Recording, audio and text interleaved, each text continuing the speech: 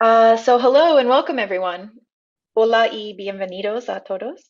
Consulte las instrucciones de interpretación si las necesita. So it's on the screen if you need translation assistance. We have a process for that, so feel free to follow those instructions. So thank you for joining us today. We are really excited to spearhead a wonderful conversation. So I'm going to start by introducing the moderators for the session and explaining how the session will run. So my name is Leanne Andrews. I'm a landscape architect and co-founder of the design activism nonprofit Traction, and I'm assistant professor in landscape architecture at Penn State University. So I'm representing the Pacific Rim Community Design Network. So I will be moderating this online session with Rohini Singh. So say hi, Rohini. Rohini is representing the Currystone Foundation. She works with Community Design Agency, a design studio in India supported by CSF, and is based in Mumbai. Also organizing the session are Jane Anderson of the Live Projects Network and Ursula Hartig of the Design Build Exchange Network. So our aim for this online conversation is to focus on the stories behind a few projects which exemplify the idea of design for the common good. By hearing the stories told by the designers, community members, and supporters, we will learn about the journey that many people took in order to make these projects happen. The online format of these conversations allows us to visit new places and meet new people. We are all here from different places around the world, which is really cool. We are inviting you to jump into this conversation, ask questions, and share your perspectives and experiences so that we can exchange knowledge today and make new connections for mutual support.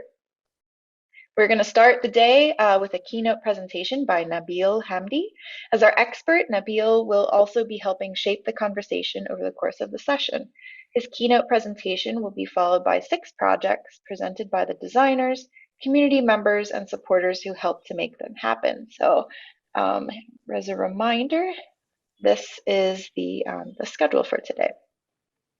So we're going to introduce each speaker just before they begin their presentations. There will be about 5 minutes of questions after each presentation. And then after all 3 projects have presented, there'll be a 40-minute discussion session for everyone involved. And we're going to have a 20-minute break in between, and we'll do it all again with the next 3 projects.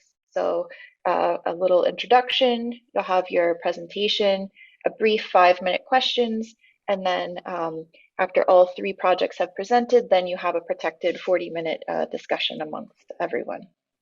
So while presentations are being given, please use the Q&A function to record your questions. So you'll see that. We'll try to remind you all as we go through the session, but there's a Q&A button on the bottom of your screen there.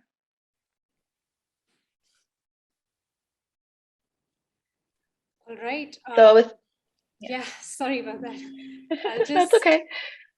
I'll just make a few introductions regarding design for the common good and all the networks that are a part of it and some of the events that have happened over the last 3 months. So Design for the Common Good, or DCG, is an international alliance of networks. We and our members are professionals, educators, students, and citizen activists in the field of architecture and design and planning professions.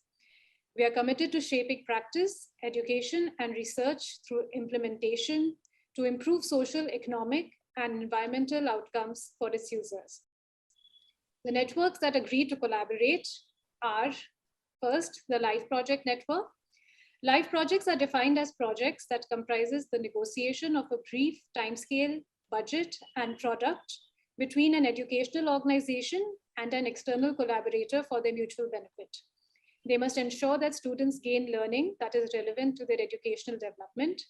An LPN shares a web platform, hosts conferences, and shares knowledge. Pacific Rim Community Design Network. The Pacific Rim Community Design Network is a network of community design educators and practitioners in the Pacific region. Its primary vehicle is a series of working conferences that are held every 2 to 3 years. Their goal is to provide an opportunity for practitioners and scholars to share and compare experiences and advance practice, research, and teaching in the field of community design. Social, Economic, Environmental Design Network, or the SEED network. The mission of SEED is that every person should be able to live in a socially, economically, and environmentally healthy community. By sharing best practices and ideas, network members create a community of knowledge for professionals and the public based on shared principles. SEED is a co-organizer of conferences and publications and offers the well-known SEED Award, which is presented regularly.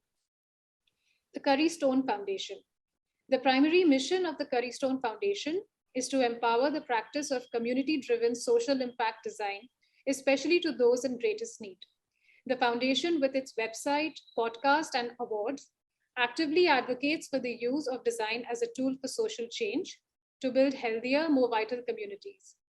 The foundation supports the Community Design Agency in India, an organization of architects, engineers, artists, designers, community advocates, and business professionals addressing cultural and social inequalities through the built environment. DB Exchange Network. Design Build Exchange is a network and an online platform dedicated to all stakeholders involved in academic design build. These academic embedded projects take students from their desks into the world of human interactions and allow them to be physically involved in the realization of their designs.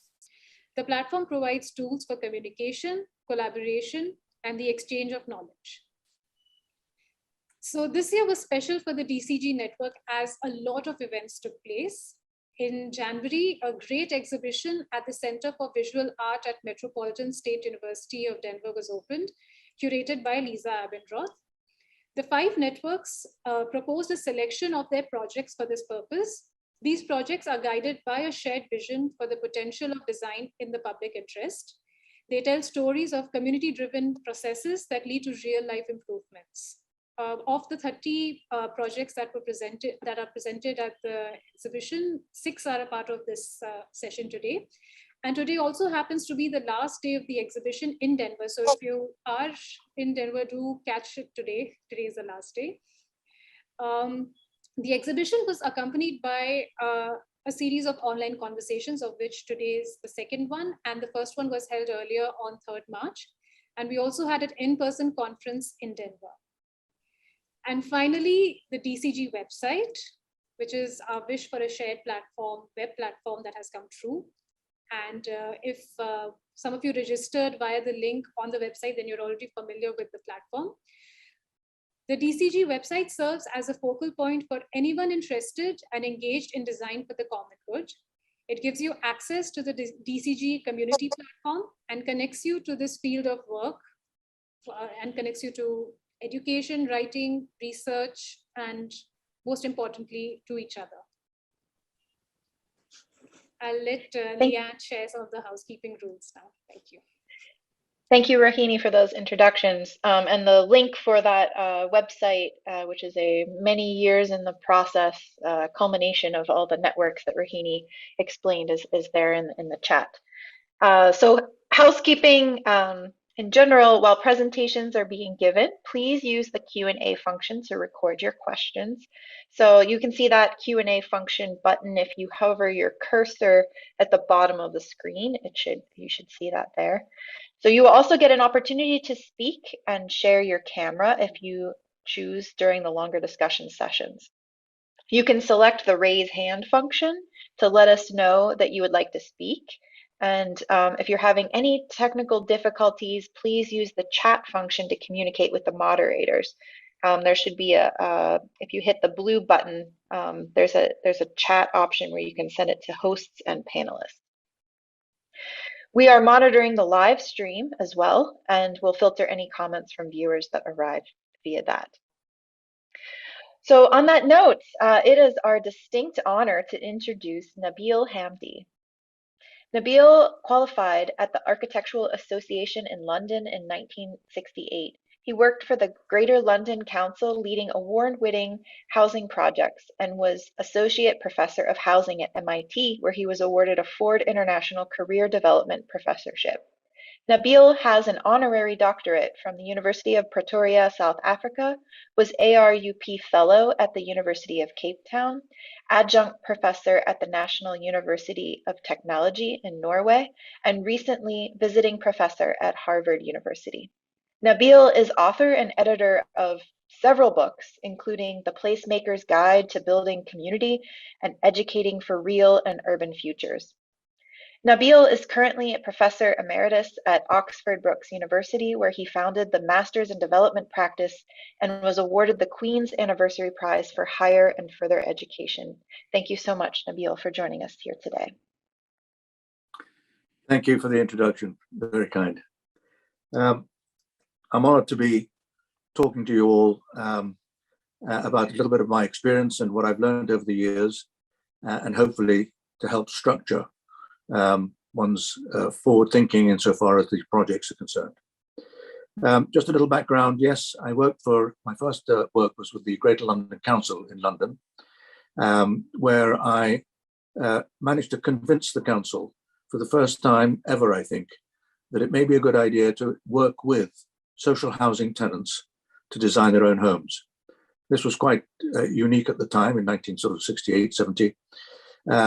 And what I found there at the time is that whilst we were working with families, at the same time, families were sharing ideas, families who were going to move in onto the site.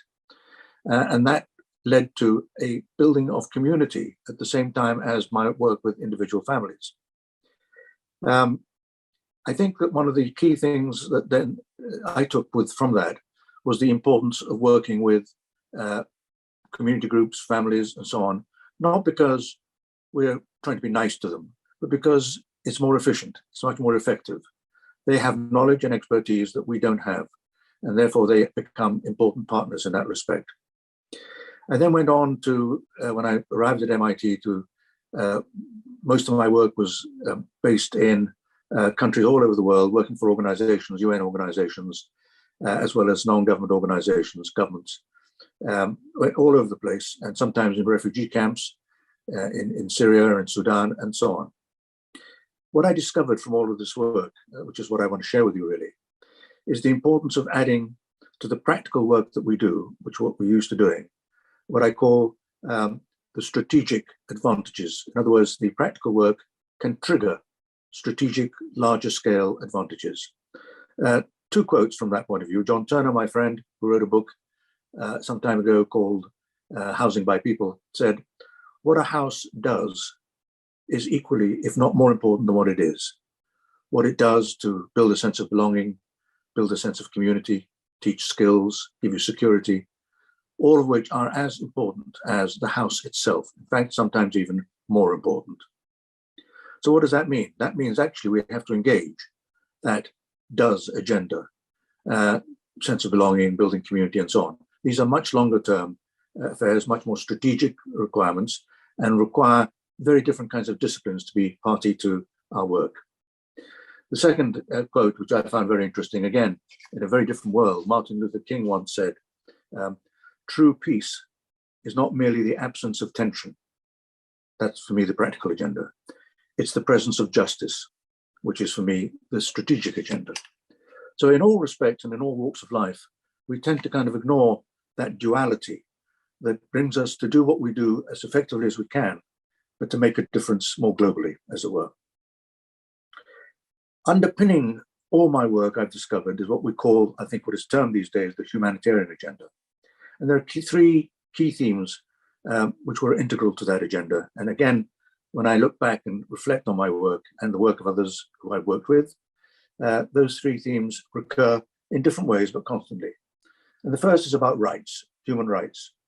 And I specifically talk about that in terms of access to resources, the right of access to essential resources, not just to meet your basic needs, to make you more resilient, but also to build futures, to build hope, which is a really key aspect of that. And then the second really, so rights is really about access, so far as I'm concerned, access to basic resources to meet basic needs, to build your resilience. The second really is about ethics, and we tend to kind of ignore that. And the key aspect for me there is to bring the moral agenda to the decisions we make about place about housing, about all the things that we do.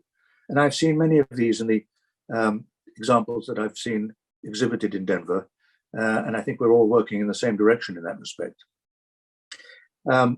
Morality, of course, sometimes gets in the way of good business. And I think it was one of our previous prime ministers who once said, if people want morality, let them get it from their bishops. Well, thank you very much. That's a really helpful piece of information as such. So the moral value of decision-making. Are we, for example, complicit sometimes in decisions that are not moral? The definition of complicity is that we are either party to something illegal or something morally wrong. Now, let me take sometimes the way in which we are a party to building housing or big projects, Olympic buildings and so on, which displace thousands of people in order to be built. Now, I've had a debate with my students about this, and on the one hand, they say, no, we're not complicit in that. We are architects, we have the site, we have a client, we have the money, we design buildings. But the other side is, no, we can't leave it that way. We're not doing something illegal, but we are doing something morally wrong. That agenda has to be taken on board. So the ethical agenda becomes key. And the third theme, insofar as the humanitarian agenda, is social justice, which demands at least the inclusivity of community and civil society groups as partners and as key stakeholders in making decisions that affect their lives and their livelihoods. I also think it's an important part of the social justice system that we look at the equitable distribution of resources. We see lots of problems globally about that. The important aspect of all of those three themes, rights, ethics, and social justice, it has two profound impacts on our work as architects, as planners, as designers. And the first is that it requires that we redraw the boundaries to our profession. We can no longer simply believe that we can solve everything through our architecture or through our design work or through our engineering or whatever it might be. And that means really partnering up with very different kinds of disciplines, very kinds of different organizations.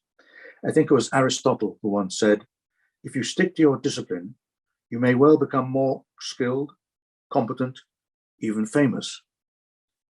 Not always, but not always wise, prudent, or effective. And to become wise and effective, you need to kind of integrate with other disciplines. The second important aspect, which is the one that I really want to focus on here, all of which, in a way, challenges the roles and responsibilities that we have and are taught to have as architects, designers. Those change. Our relationships to people and place change, not just as providers, but also as enablers. How do we build a house in a way that enables a good sense of community, building social justice, and all those kinds of things? I'll come back to that in a second. The project in the exhibitions at Denver are all in different ways.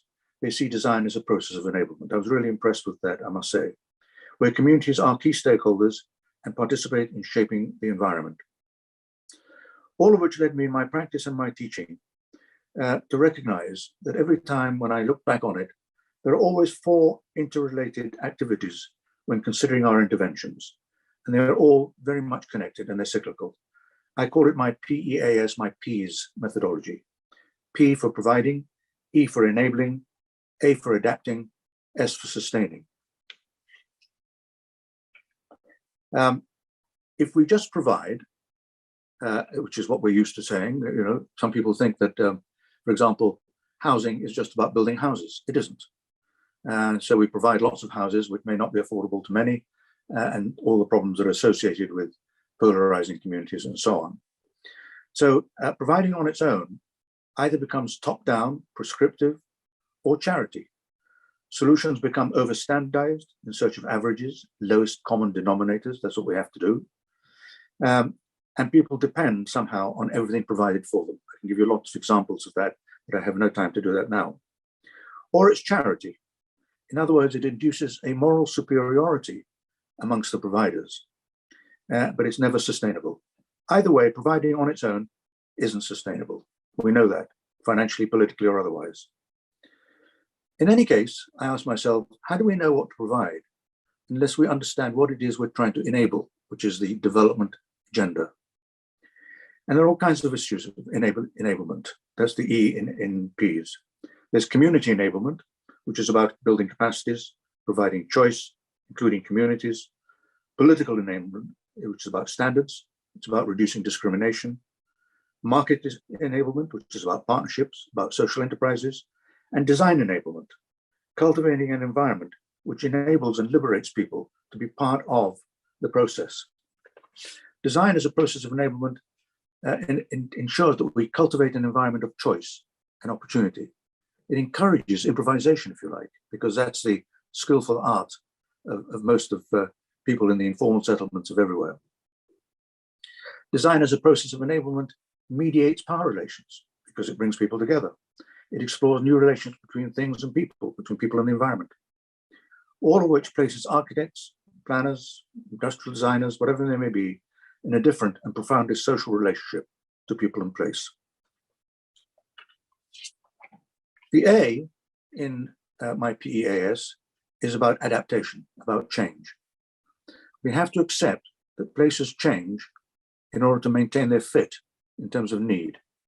So the question is how to make places fit for change rather than to avoid and prevent change. In architecture, so often it's, I've designed this building, don't touch it. It's a work of art. And that is, of course, disgraceful in the context of wanting to build community and all the other work that the projects in the exhibition clearly demonstrate.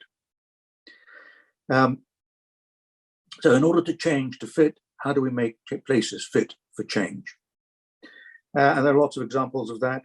How do we invite change in order to create an architecture of opportunity, an architecture of invitation, where there's an invitation for people to adapt and make good, not only immediately, but over time as well? How should we design in order to liberate rather than confine all the ingenuity and resourcefulness we find in community? And the S in Ps, my last kind of point here, is sustainability. If we go back to what we provided, if we go back to what we're enabling and how we adapt, those three issues constantly require revisiting in order to sustain community, in order to sustain the development of the fabric of our environment. Providing catalysts in whatever form, enabling capacity for change to ensure good fit, defining a culture of practice, both practical in its objectives and strategic in its purpose, with a strong commitment from all to share in the future, begins now. These three assumptions about practice, as it were, then these four assumptions, sorry, the PEAS, have a profound impact on the issue of what it is we provide right at the beginning. So we might provide a house, but we may need to provide training, we need to provide land, money, a starter home, the incremental house. Very different opportunities open up, which are better fit to the different circumstances we confront. Let me end with just a quick comment, I suppose, which is something that I've always struggled with. It's always the case. I get asked by my students and by architects and the like, all the time, I get asked, what happens to my architecture? I'm an architect, I design. If I do all this development business and become more strategic, it waters down my architecture. And I often get asked, what is it in your portfolio that you can point to as your project? And I find that very difficult. I get my experience and expertise and enjoyment from the contribution that I can make jointly with the people that I work with, which is very different. So it's difficult to point to as such. The question then is, how can we be rigorous to our discipline, not give it up, but in a way that makes it relevant to some of the big issues that we face today, which cannot any longer land on other people's desks. They land on all our desks. Climate change, social justice, the displacement of people, and the rest. Underpinning all of that, and I will stop here, is of course the issue of participation. And I can give you a whole week's lectures on what it is, why we need it, and how it works. Thank you.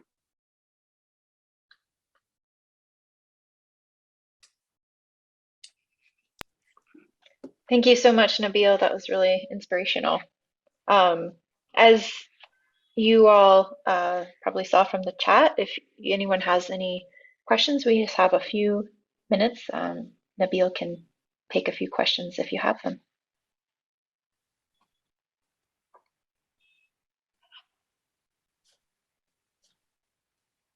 You can use the Q&A feature on your dashboard, or you can use the chat function, whichever you're comfortable with. And if you use the raise hand function, we can unmute you so you can ask your questions to Nabeel directly.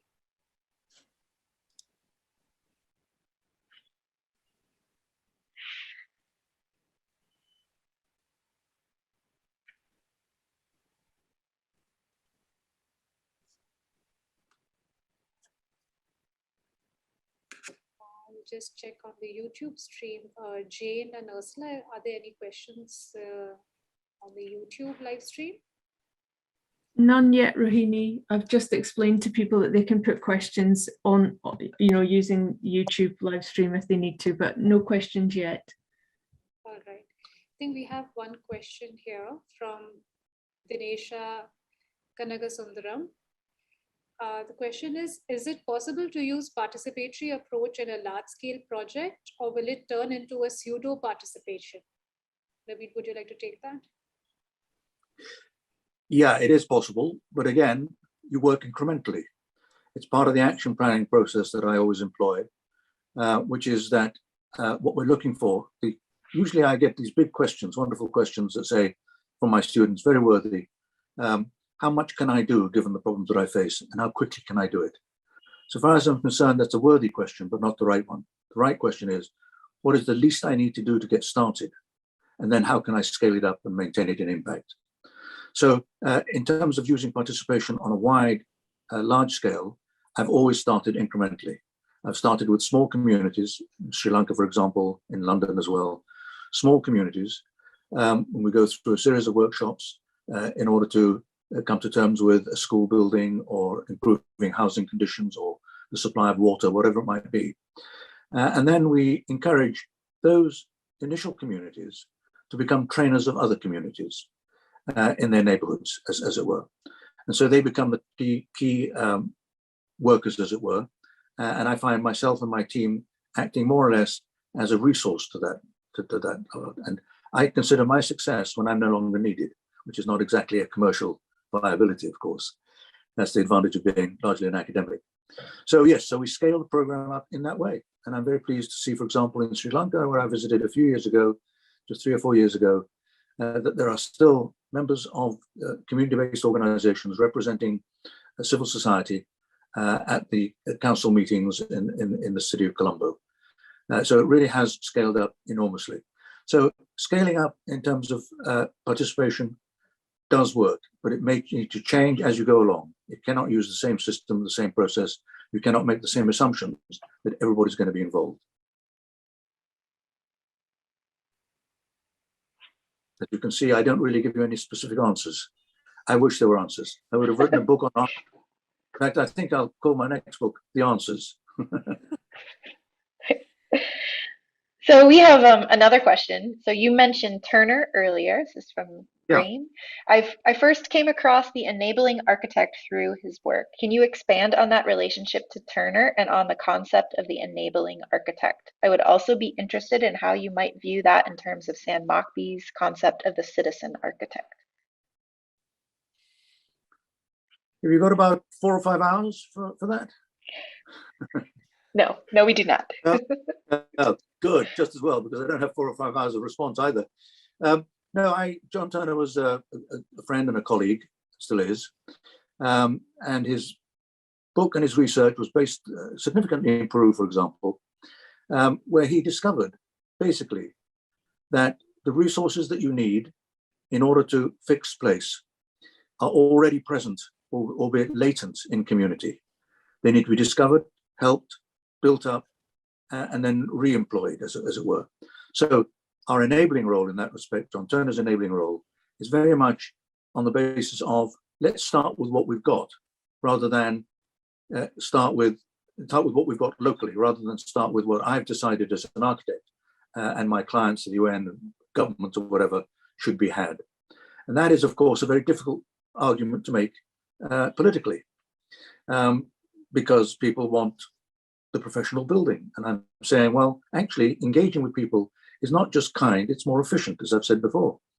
And it's more efficient because we know and can target things more specifically. The question is, how do we enable it? How do we enable it with political choice, with money, with land, with materials, with training, with education. How do we enable it in that way? And again, Turner and others have worked through schools, through children, to kind of get things going. So that's the real enablement issue there. And it's from that he said, well, look, you don't need enablement if you're just going to build houses. You know, and it was him who said, basically, people say housing, you say houses. No, that's just part of it. Education, schools. No, schools are only a part of it. In fact, there's a wonderful program of schools without walls. I can give you lots of wonderful examples of how we've taken training and education into the community as such. So we've got to get away from the idea that the product is the be all and end all, but that the product is the beginning of a process that enables other things to happen, sense of belonging, et cetera, et cetera. Great, thank you. And I think we have time for maybe one more question, if that's okay. So this is from Jeff Howe. Participation can be manipulative as well. How can we counter manipulation participation by institutions? It can indeed be manipulative. And I wished I could give you a whole session on participation. The starter to manipulation is where one says, one goes into community and one asks questions. For example, what is the condition of your house? Do you have enough space for this, that, and the other, and all the rest of it? And actually, people themselves should participate in asking the question, finding questions that are relevant to all. And again, I use different techniques to do that. I don't do it face to face because sometimes it's very intimidating, and particularly if you're in a culture where the women tend to be silent and the men are taking over, as it were. But there are lots of different kind of games and techniques for building that up. So I think it's really important that we actually start participation with finding questions that people want to ask together. Importantly, it becomes patronizing if we actually sort of say, now, we've asked the questions, we know what the problems are, can you help us with the solutions? And then, of course, what happens there is we get consulting, not participation.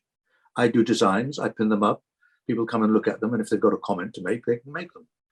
Chances are they won't understand my designs because they're all on technical drawings and I don't know what.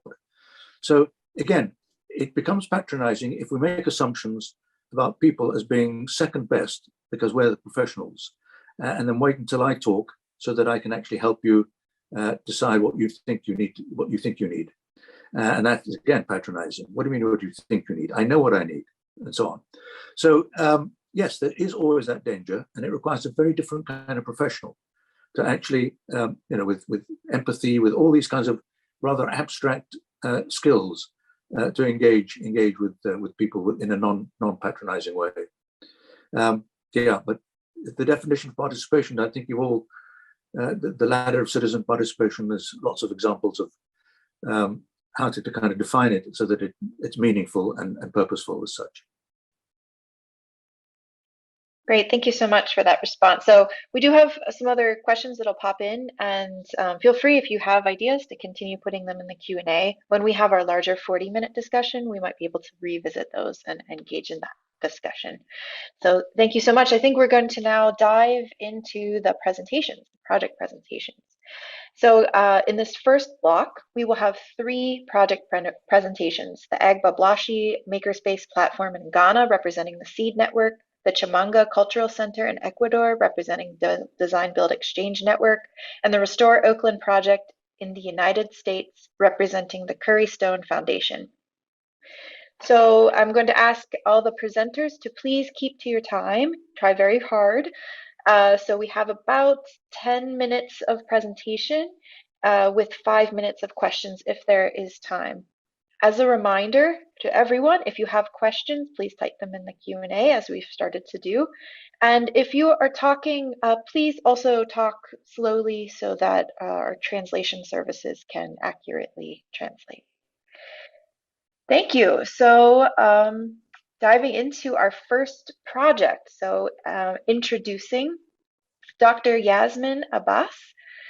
is an architecture faculty at Penn State University. She researches strategies for the design of living environments across contemporary conditions of expanded physical, digital, and mental mobilities.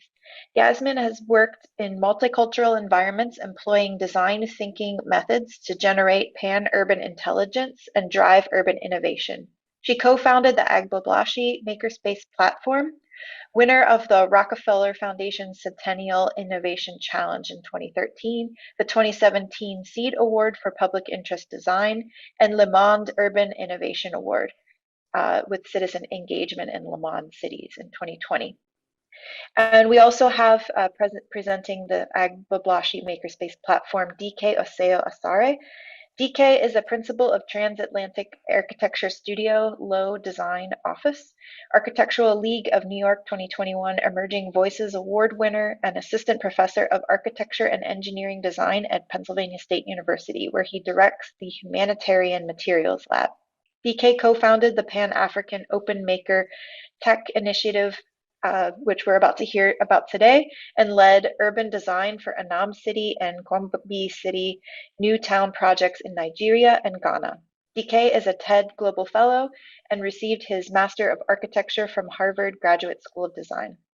His research explores material assemblies optimized for massively scalable radical resilience. Thank you so much, and I'm going to hand this over to Yasmin and DK. Hello, everyone. Can you hear us? Okay, I hope so. It's such an honor to be here, and especially to try and share with you a little bit about our project AMP after this talk. Thank you so much. I'm going to share everything. No, you just click on this. Click on How to this. show sound. Yeah. Optimize for video clip. Okay, save.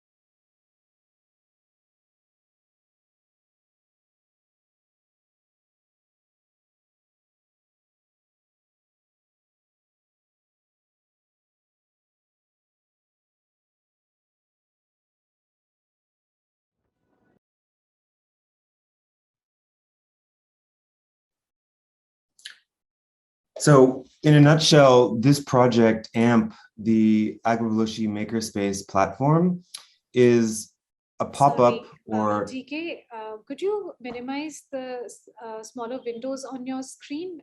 They are blocking the view of the presentation. Oh. Sorry about that.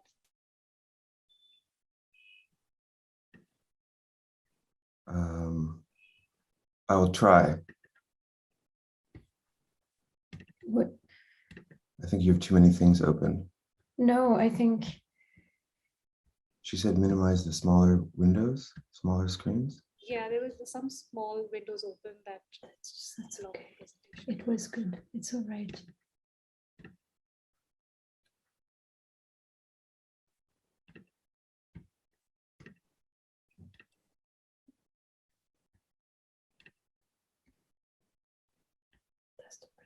Should I just start? If you want to. It's not shared.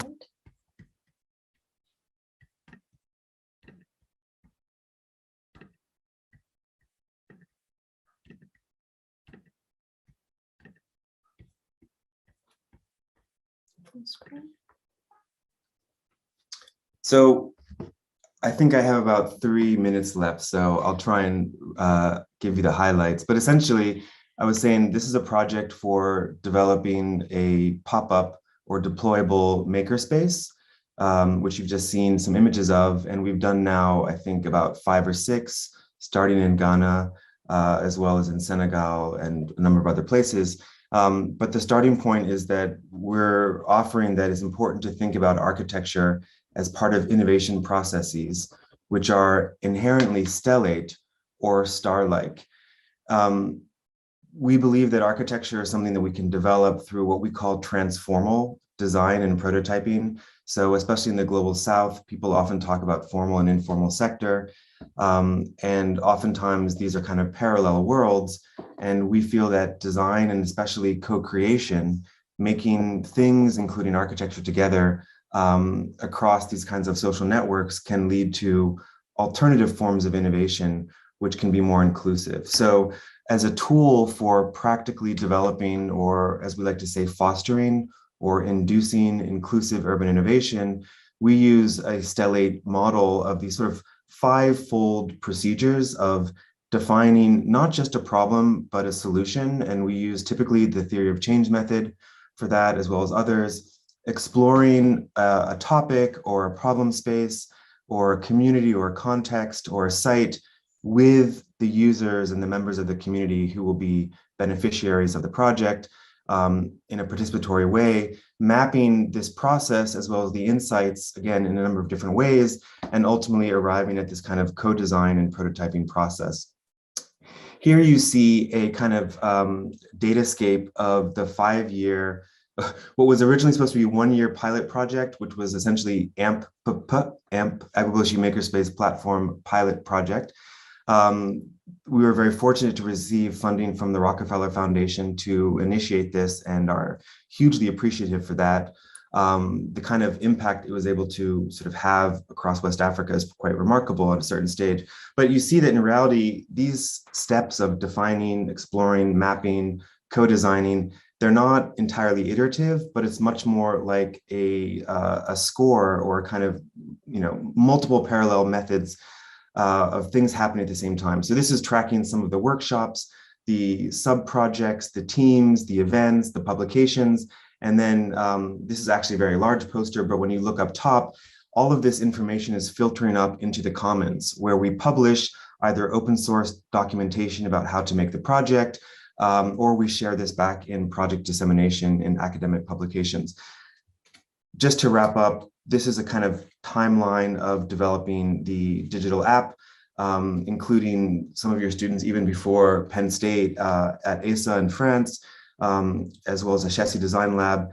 The spacecraft, which is what we call the Makerspace, a space for crafting, is a series of sort of semi-standardized parts that can all be prefabricated. But we've gone through multiple versions. I think now we're on a version 3.0, which we should publish the open design standard by end of April.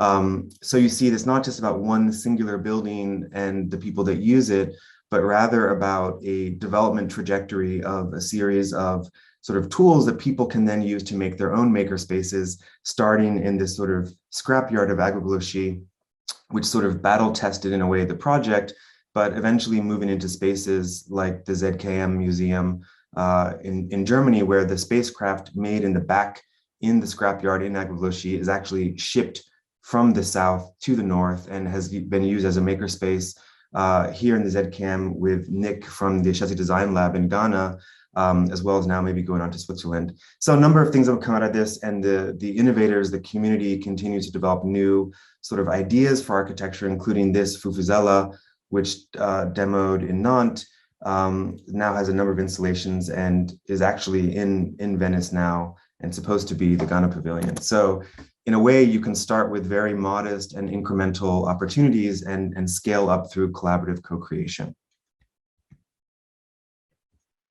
We're happy to Thank you. That was really, yes, thank you so much. That was really, really cool to see in the video format as well.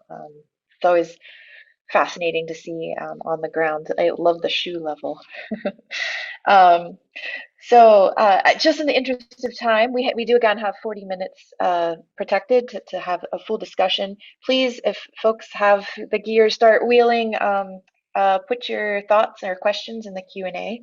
But I'm going to move into the next project so we keep to time. So here we have the Chamanga Cultural Center. So Lorena Urbano is an architect from Quito, Ecuador. She is the co-founder and co-director of Atara Taller de Arquitectura, an architecture studio that focuses on accompanying and supporting collective processes of socio-spatial action. Sebastian Oviedo is an architect from Quito, Ecuador. He focuses on the plural modes of habitat reproduction that emerge from the practices of collectives, communities, and movements in Latin America. Sebastian's engagement straddles practice, research, activism, and teaching, and he co-founded the international award-winning studio Atarea. Opción Más started as a music initiative in 2009, expanding to include a music and oral tradition school and a community radio station and recording studio. They have organized and hosted initiatives that range from cultural events to face masking manufacturing campaigns during the pandemic. They focus on giving children and teenagers outlets for creative expression while preserving and strengthening Chamanga's cultural heritage. Sergio Palaroni is a professor and director of the Center for Public Interest Design at Portland State University. As an educator and professional, he has been pursuing an understanding of PID pedagogy and practices and their application in the field since the 1980s. We also have here today Ursula Hartig, who's co-founder of Cocoon Studio and founding member of the DB Exchange network as well. So on that note, I'm going to hand it over to whoever is sharing their screen for the next presentation. Hi everyone, I'll start sharing the presentation.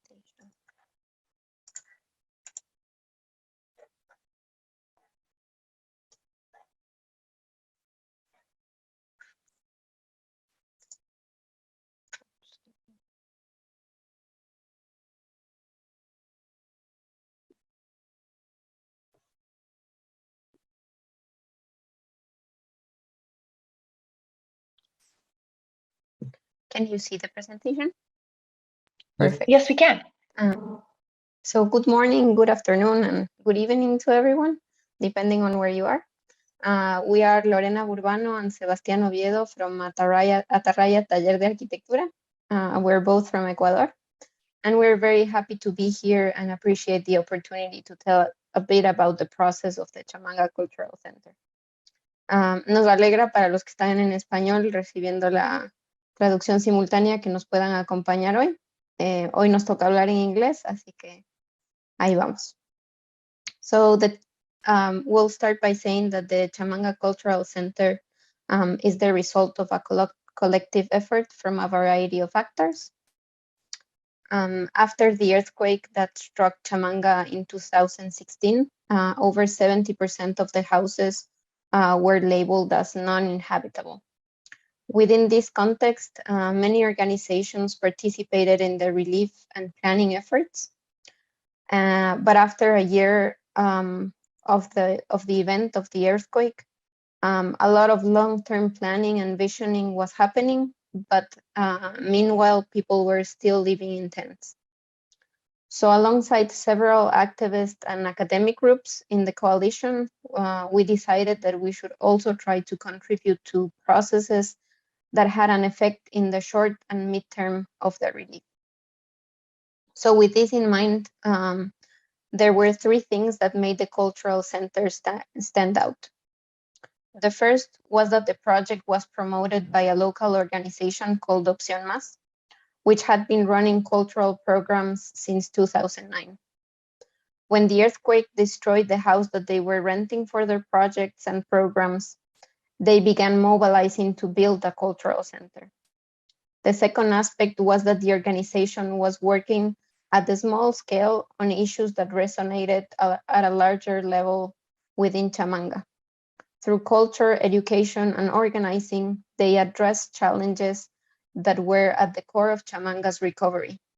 They tackled issues of economic opportunity, cultural heritage, and ecological health.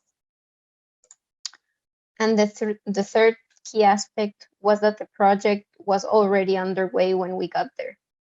With the support of an NGO from Guayaquil, Opción Más had already bought a property in one of the few areas of Chamanga on stable soil. So there was a strong mobilizing process and a specific architectural demand that we could contribute to. The project was organized in 2 phases, and each was run as an independent design build. So students designed, planned, and built in collaboration with professors, professionals, and the local actors. The first phase was led by Portland State University with the support of University of Tokyo. And the second phase was led by the University of Applied Sciences Munich with a design semester between October and January 2017 and a construction period in February 2018. These 2 phases of construction were framed as moments within a sustained collaboration between Opción Más, Atarraya, and other allies from Chamanga on site. The goal of this was to give users the agency and to shape and guide the project on the one hand, and on the other hand, to establish the project as a process that would, on the one hand, help strengthen Opción Más, and on the other, to use design and construction to contribute to a broader social mobilizing process that was led by Opción Más. And the building was shaped by this. So the center is a 2-story building on a 9 by 17 meter lot, 9 by 15, where 2 bars surround a double height atrium, a scheme that emerged at an early workshop on site. We worked with a local campesino cooperative to source our wooden beams and a family finca to source the native bamboo for the second floor of the center. A roof in recycled Tetra Pak integrates the 2 volumes. Meanwhile, the atrium acts as a buffer zone, allowing for different activities to happen simultaneously, but it also holds the stage, so it integrates all the different spaces for larger events and presentations going all the way to the street, as you can see in these images to the right. The building composting toilets and rainwater collection system provide an alternative to the quite severe local water and waste management crisis, but its use and maintenance have become challenging over time. The center is owned, run, and managed by Opción Más, with whom we continue to collaborate. And we are very happy that our compañero, Valtin Lopez, from the organization can join us today, since they are the ones that have actually been carrying out and sustaining this process for over a decade now, and a process that we were lucky to be able to contribute to. So we leave you with Valtin Lopez, one of the founders of Opción Más. Thank you. La palabra es tuya, Valtin. Qué gusto compartir con ustedes.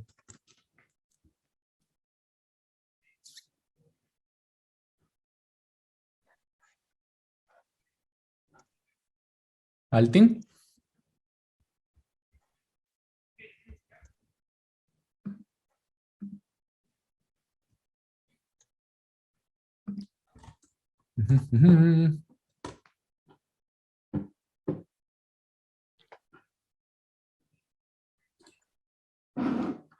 Está ahí, pero no lo veo. No está hablando. Y Altin, no sé si estás en silencio o si... Pero la palabra es toda tuya.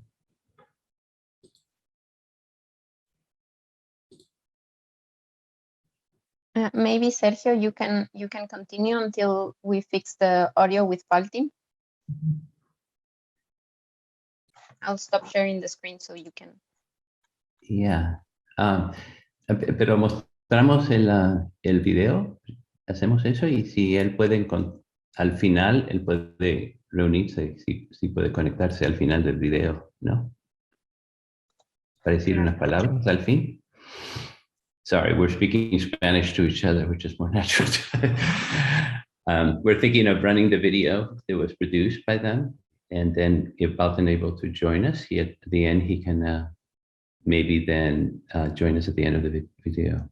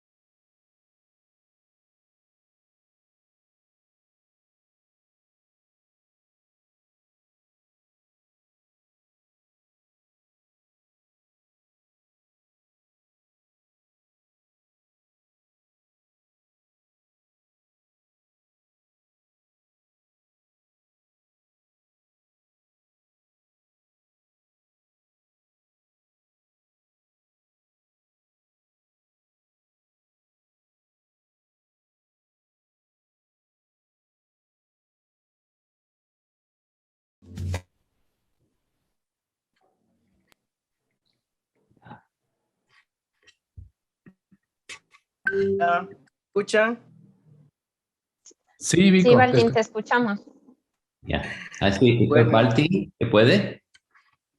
Sí, pequeñas fallas técnicas. Parece que se nos ha cholado el dispositivo. Ah, Bueno, Todo tuyo, Baltin. muy buenos días, buenas tardes, buenas noches, dependiendo de qué parte del planeta Tierra nos están viendo, ¿no?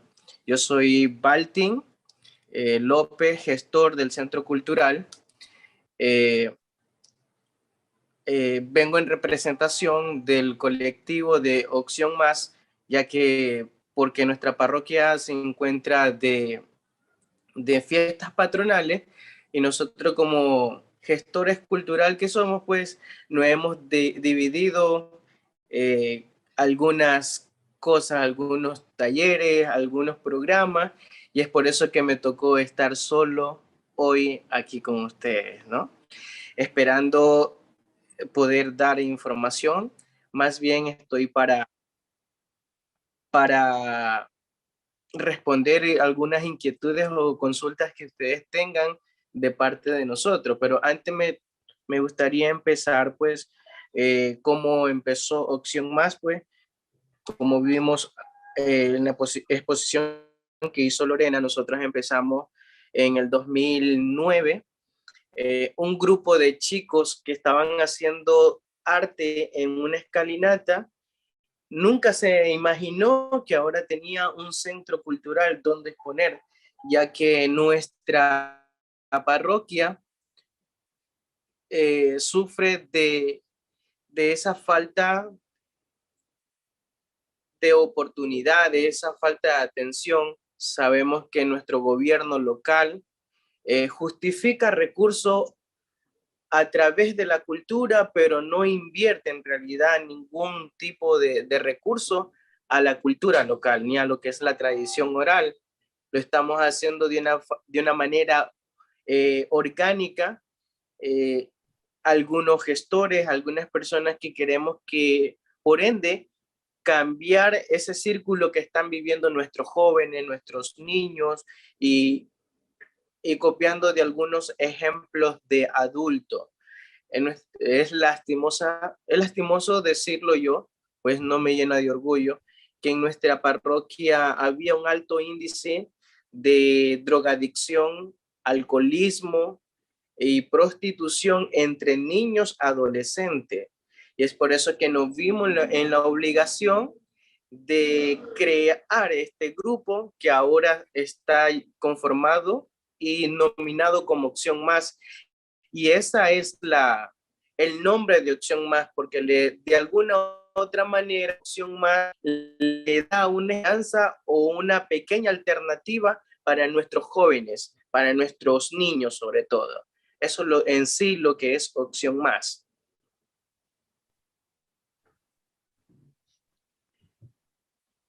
Nuestro trabajo es totalmente voluntario. La pandemia nos afectó muchísimo también, pues hubo pérdida también de nuestros trabajos y se nos dificultó, pero con el amor y compromiso que nosotros tenemos con nuestra ciudadanía, con nuestra comunidad, es más grande y hemos estado sosteniéndolo de alguna u otra manera, y creo que vamos a seguir adelante, seguimos trabajando. Gracias por el apoyo de cada una de las universidades que estuvieron interviniendo en la construcción. Creo que fue la mejor inversión, la mejor construcción, porque no solamente es el espacio, es quién se reúne en el espacio, qué se forma en el espacio, qué se crea en el espacio. Es algo que nos llena, es algo que nos hace todos los días llenar de muchísimo sacrificio, pero al final del día o de la jornada, pues nos llenamos de muchísima alegría, saber que podemos aportar en algo, y en algo estamos contrarrestando los problemas sociales que aquejan en realidad acá en la parroquia. Eso por esta parte.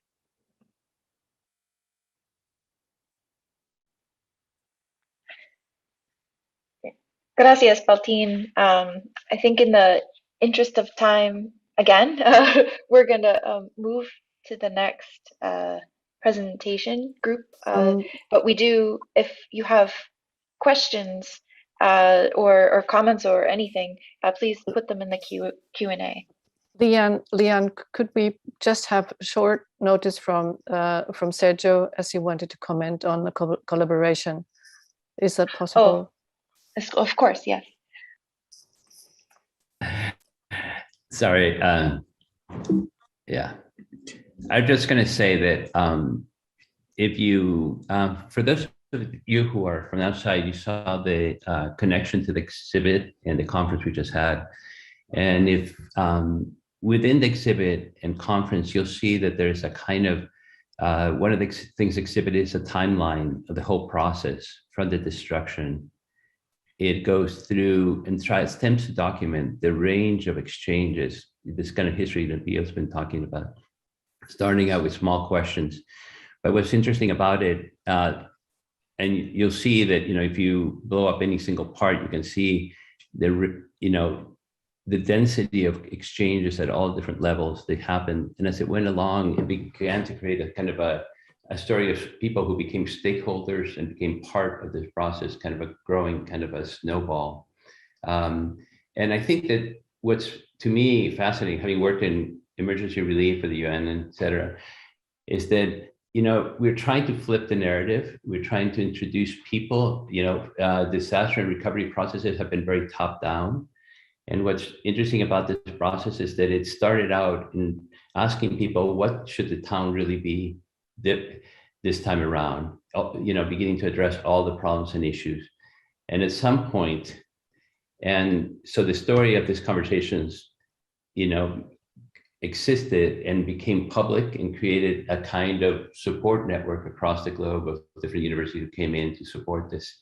And it ended with this project, but this project was only an attempt to make real to people with a built object what the future would look like at the end of this process. And so the idea behind the design for the common good really is to begin to, as Nabeel said, this is the build project is only the beginning, really. And so we feel that connecting, not leaving the people we've worked with behind and isolated, but continuing to connect them to this kind of network that we've created through the process of everybody who cares and was involved and will continue to be involved. It's a continuation of a building of the capacity and assets and the piece, as Nabeel talked about. And so, the hope of the design for the common good really is to create that kind of framework for continued support for people like Walton to continue to be able to connect with other people out there. Because as the presentation made clear, there are already issues in the building, and the building will grow and transform and change, as will the community, and their needs will not end with this building.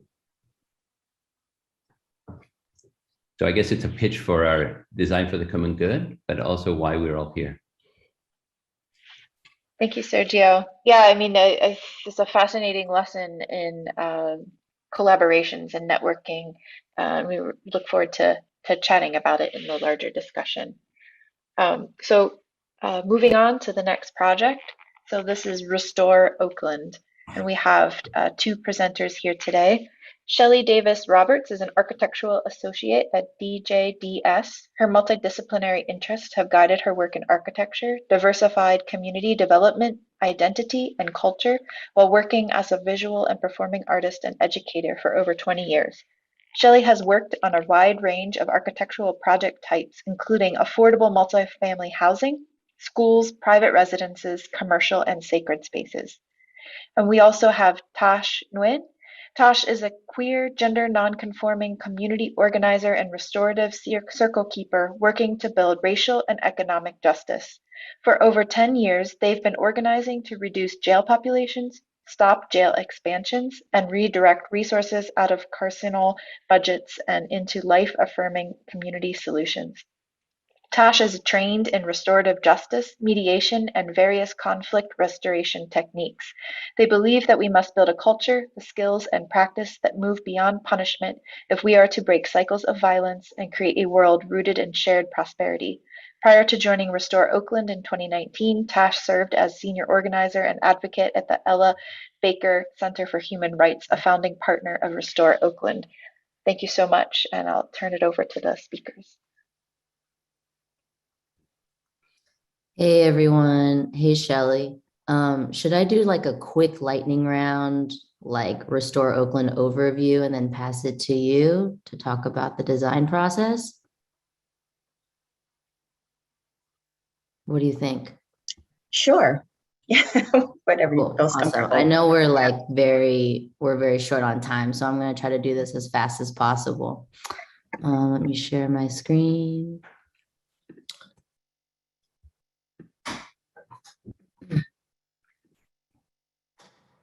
Can everyone see or hear me okay? Yeah, thumbs up. Great.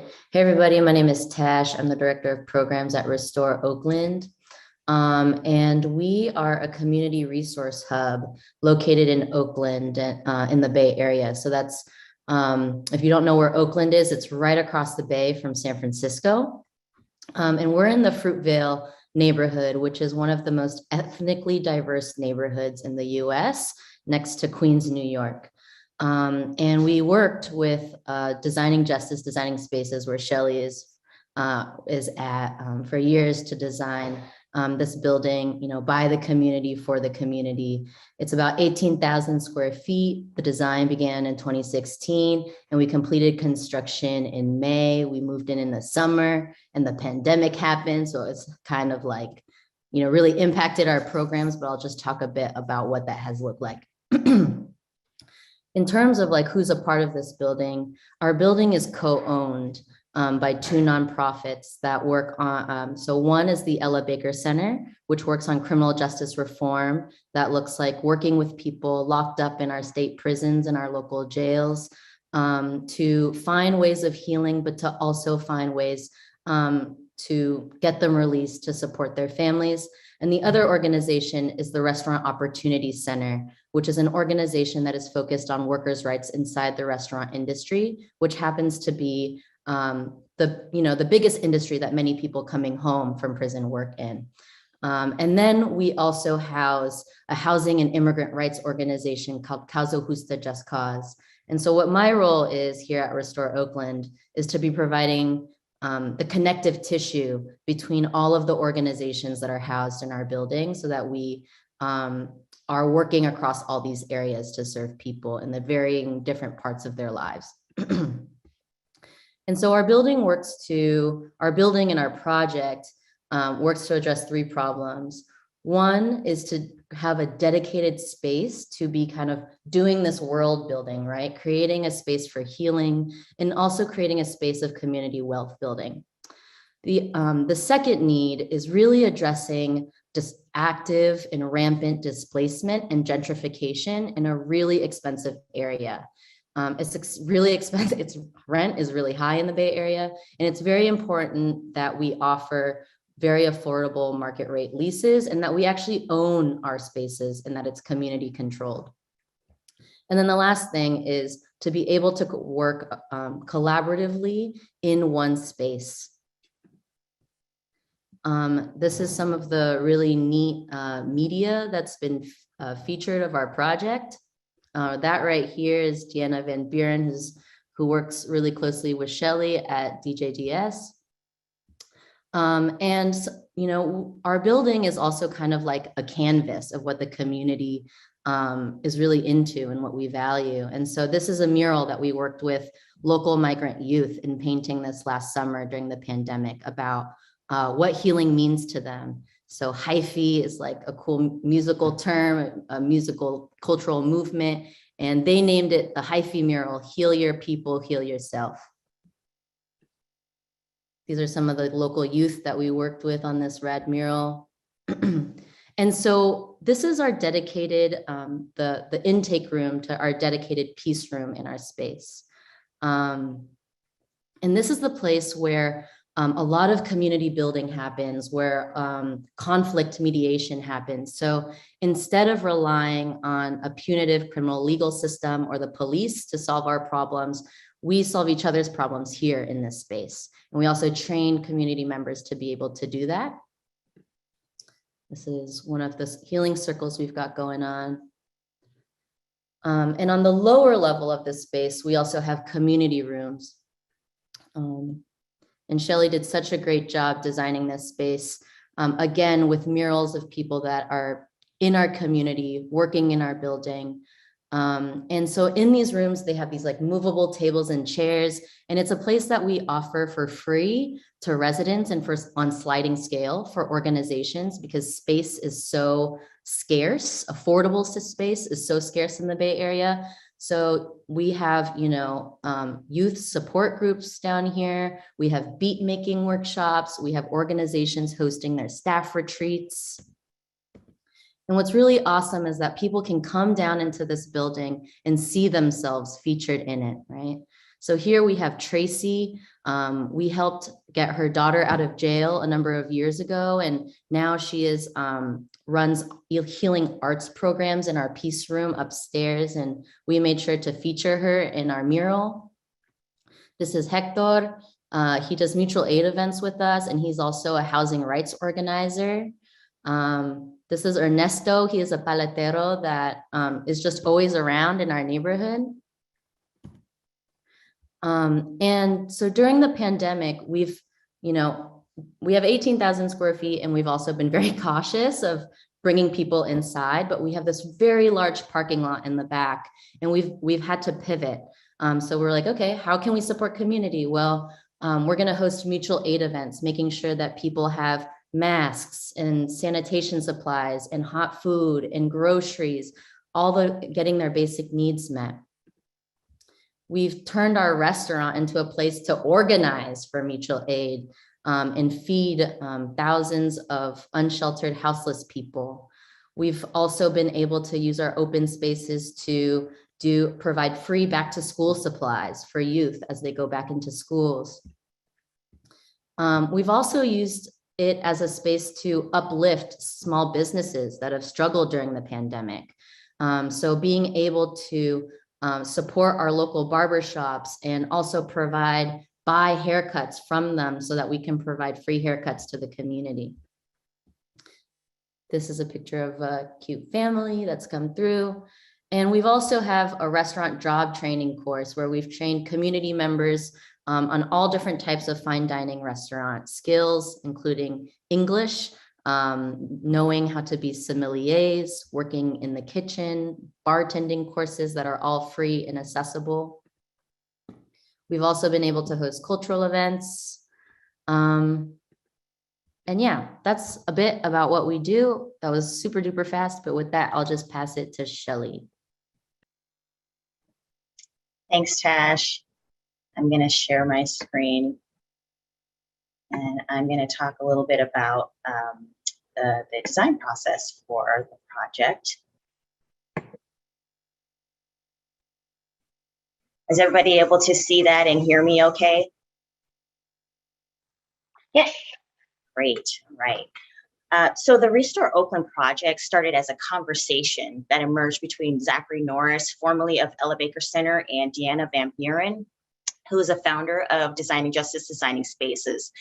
And they were at a restorative justice city workshop in 2013 that was investigating what kind of infrastructure would be needed to address harm in our communities, and how could we form a corridor of resources to support that effort.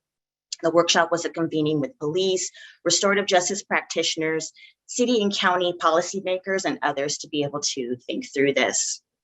And so as that idea evolved, Ella Baker and Rock United would form a partnership to begin the process of trying to find a space in Oakland so that they could own.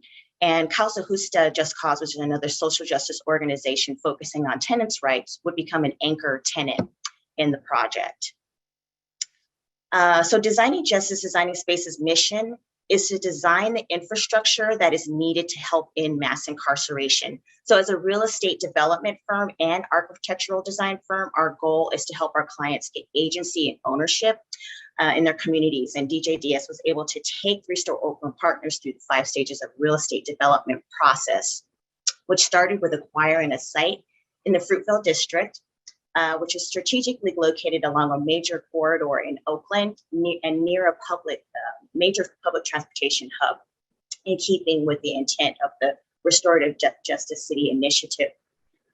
This was a 100-year-old 2-story building over a basement. In the building, it had several different uses throughout the years. It was a nightclub, retail, commercial uses. And so understanding the programs that needed to happen there in the building, we did a series of test fits to make sure that it could accommodate the square footage that they needed. And in 2016, the building was purchased. And this was a huge deal just because Ella Baker Center had been, and both organizations had been displaced so many times because of the gentrification that's happening in Oakland. So DJDS would take the project all the way from pre-design through construction administration. And our pre-design process involves deep community engagement, where we tap into the expertise of the community, and then to learn about their lived experiences, and then we layer on our technical expertise in order to do the building design. So the first part of the community engagement process was really rectifying displacement. This building, although it was underutilized and poorly maintained, there were still people who were operating out of that space. There were small businesses in there, and there was actually a food truck that was operating out of the parking lot for several years, which is their livelihood. And so we had to go through a process of helping people to find new spaces for their businesses. It wasn't just issuing a 30-day notice to say you've got to get out, but to really engage and to negotiate and help people be able to relocate so they could maintain their livelihood, and also a way of establishing trust through this process of change in the community, which is inevitable. We developed tools to be able to do our community engagement, try to make fun and creative ways to meet people where they are, and to be able to, again, tap into their expertise. And so there was a team of people that worked with us, lots of volunteers. We issued surveys, we did mapping, we went door to door. Some of the tools that we developed were like blocks where we engraved resources on them and allowed people to do some storytelling about what existed in their neighborhood, what they needed in their neighborhood, and going and showing up at different community events that were already happening in the neighborhoods. We had some 3D glasses that were donated to us, and we were able to share some of the 3D models with the community so that they could see what was happening and how the design was developing, and keeping people involved throughout the design process.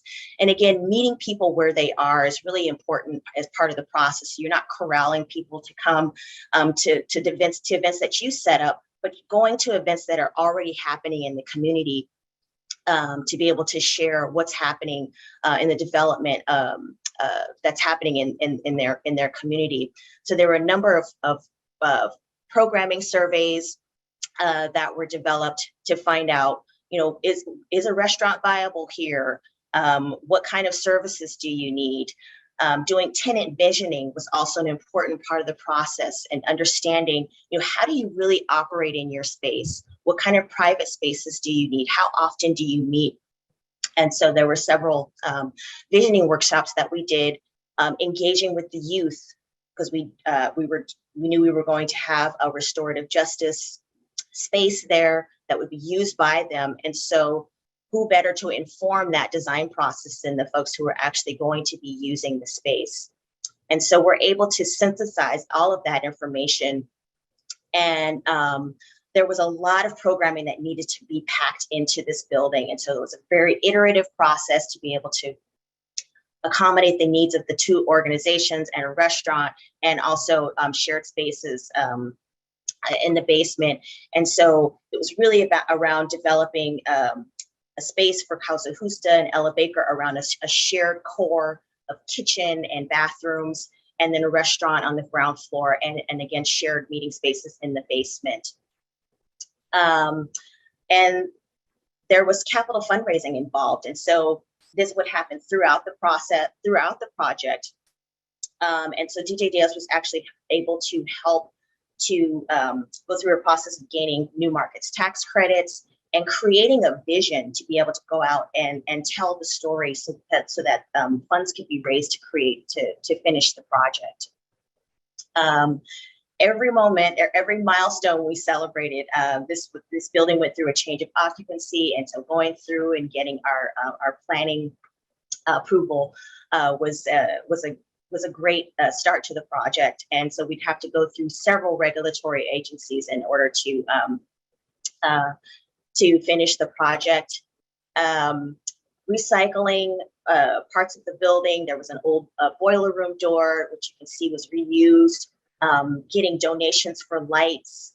And these were the ways that we were able to get to a path to a minimum viable product, which is really going to be for organizations going through a process like this, a nonprofits who don't have a lot of money. You're just trying to get the building to what we call a warm shell in most cases. And then after it's occupied, there's a fundraising effort that still continues to be able to furnish and continue to get the building up to where the vision and where the original vision is. So moving into the construction process, I'm proud to say that it was a all woman-led team. And since this was an existing building, there was a process of doing a lot of exploratory demos so that we could really understand what was happening in the building and avoid some of the pitfalls and a lot of change orders during the construction process. So some of the scope of work was really completely gutting the entire building, putting in a new structural system to support a new elevator and major stair, putting in a new commercial kitchen, and doing some major waterproofing in the basement. We had a very high water table that we were dealing with in the basement. Also in California, you have to deal with seismic issues. This building is what we call a soft story, in that the existing exterior wall on the ground floor. Shelley, actually we have 30 seconds to wrap up. Okay, sure. So shear walls were needed to be added to the exterior wall in order to meet the seismic requirements of the building. We were able to recycle parts of the building. Some of the joists that had been removed in the floor were able to be used at beautiful redwood joists. We were able to use them in the bar. And this just shows some of the construction elements. We left the ceilings open in order to save money. Again, that ground floor was completely redone. These are some before and after shots of the building completely regutted and then finished. It's Elevator Center. And in 2019, Restore Oakland occupied the building. And again, just showing some of the finished photos. And we were very proud to be a part of this project. And thank you.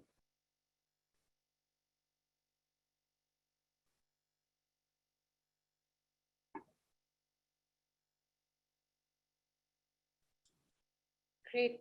Thank you so much, Shelley and Dash, and all the other presenters. It was a great 3 presentations that we had. And I think we can now open the floor to questions from other panelists, from the audience. You can use the Q&A feature or the raise hand feature. So we can also unmute you and you can ask the questions directly.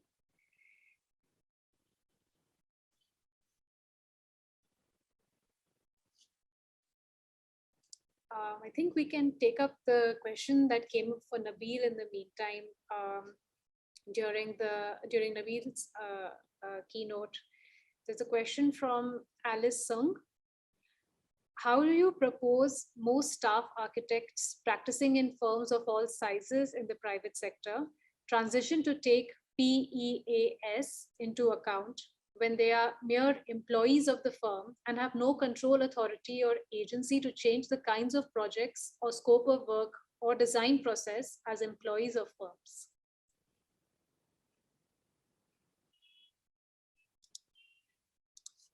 Sorry, Nabeel, you'll have to unmute yourself.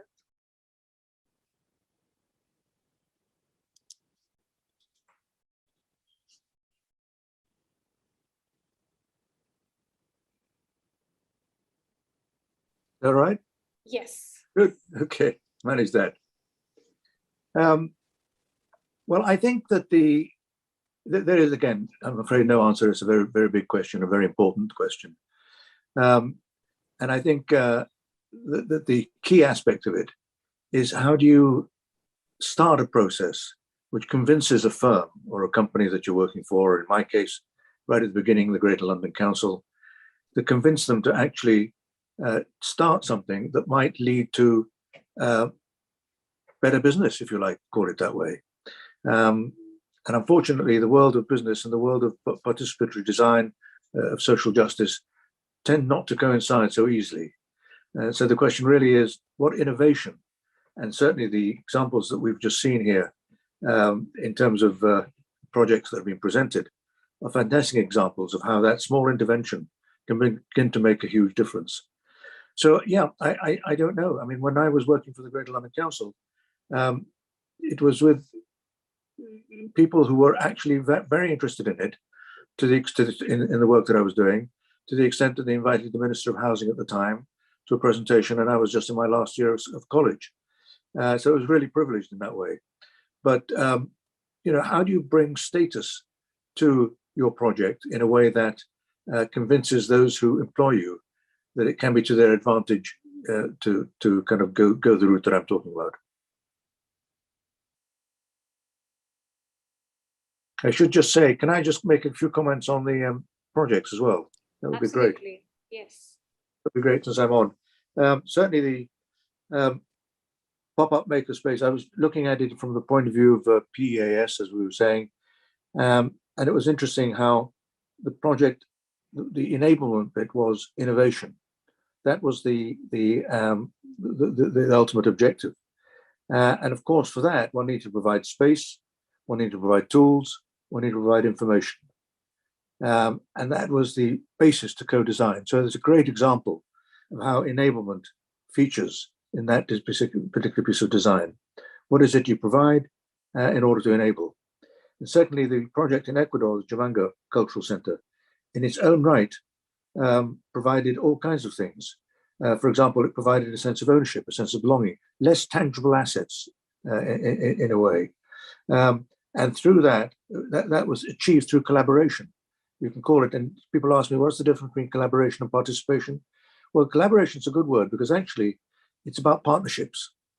And sometimes we need to kind of use a different word to participation, which implies I'm going to invite them to join my business, rather than let's be in partnership with whoever it is that takes the initiative so that we can actually move forward more quickly.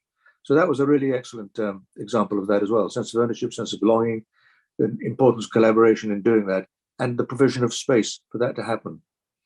And then the Restore Oakland, of course, the restoration of justice, restorative justice, human rights. The idea of a community resource hub was absolutely fantastic provision in order to provide training, healing, ownership, uplift businesses, classic case. So it may well be that actually when I look at some of these programs and one re-articulates them, it actually makes the great point that if you want to enable, you have to figure out what to provide. So thank you for those presentations. Thank you, Nabeel. We can take questions from other panelists as well. If anyone has any questions for the other panelists or from the audience, anyone wants to ask any question, they can use the raise hand feature and we can unmute you. You can ask your questions directly, or you can use the Q&A feature to ask your questions.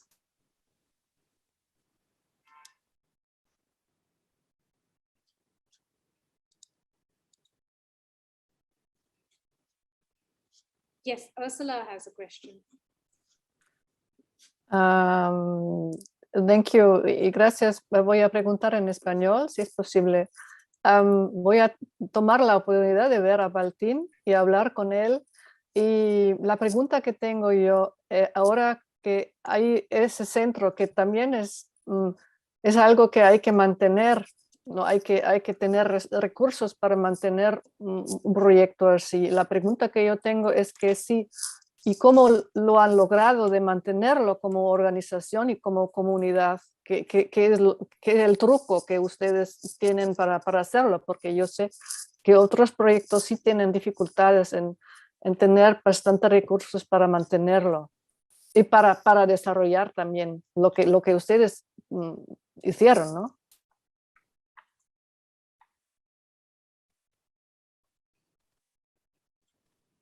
¿Me escucha? Sí. ¿Me escucha? Sí. Sí. Ya, perfecto. Algunos proyectos también se han caído por la falta de tener recursos propios, ¿no? Y aparte se han ido al suelo y queda muchísima pena porque también hemos sido parte de esos proyectos. También ha sido acá de igual manera súper que difícil porque teníamos artistas que se estaban presentando en ciertos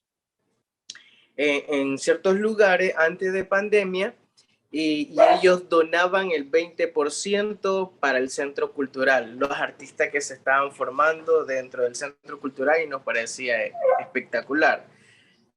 Ahora lo estamos haciendo de manera personal y autogestión para algunos proyectos dentro de, o facilitadores o instructores para el centro, para algunas actividades.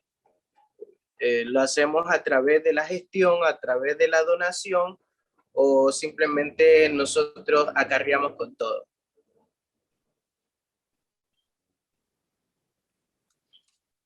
Por favor. Gracias, Martín.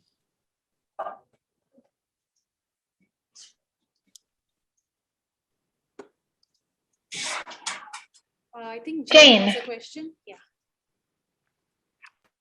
I've got a question about the Agbogbloshie Makerspace. I was just wondering, there seemed to be very particular local knowledge and skills that were useful in the project, and I just wonder whether you could explain to us what those local knowledges and skills were and how they helped you to, as designers, in the design process.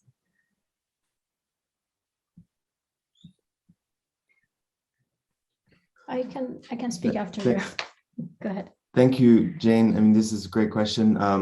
There are so many. I would maybe just say two briefly. I think one was, well, actually, in a way, one is also just recognition that people have expertise is quite profound in certain contexts. So again, in this particular community, a lot of the people living in these places, and even people who don't live there but work there, were typically talked about in the popular press. Even I was on the radio once with the Minister of Environment of the national government, where he described the slum as Sodom and Gomorrah, which is quite common in the context. And I had to be like, you can't do that, right? And he was telling me, but it is, like that's the consciousness of people. So to actually say, wait, you know what, you have expertise, you have knowledge is remarkable in terms of facilitating kind of this idea of collaboration. So saying you have insights.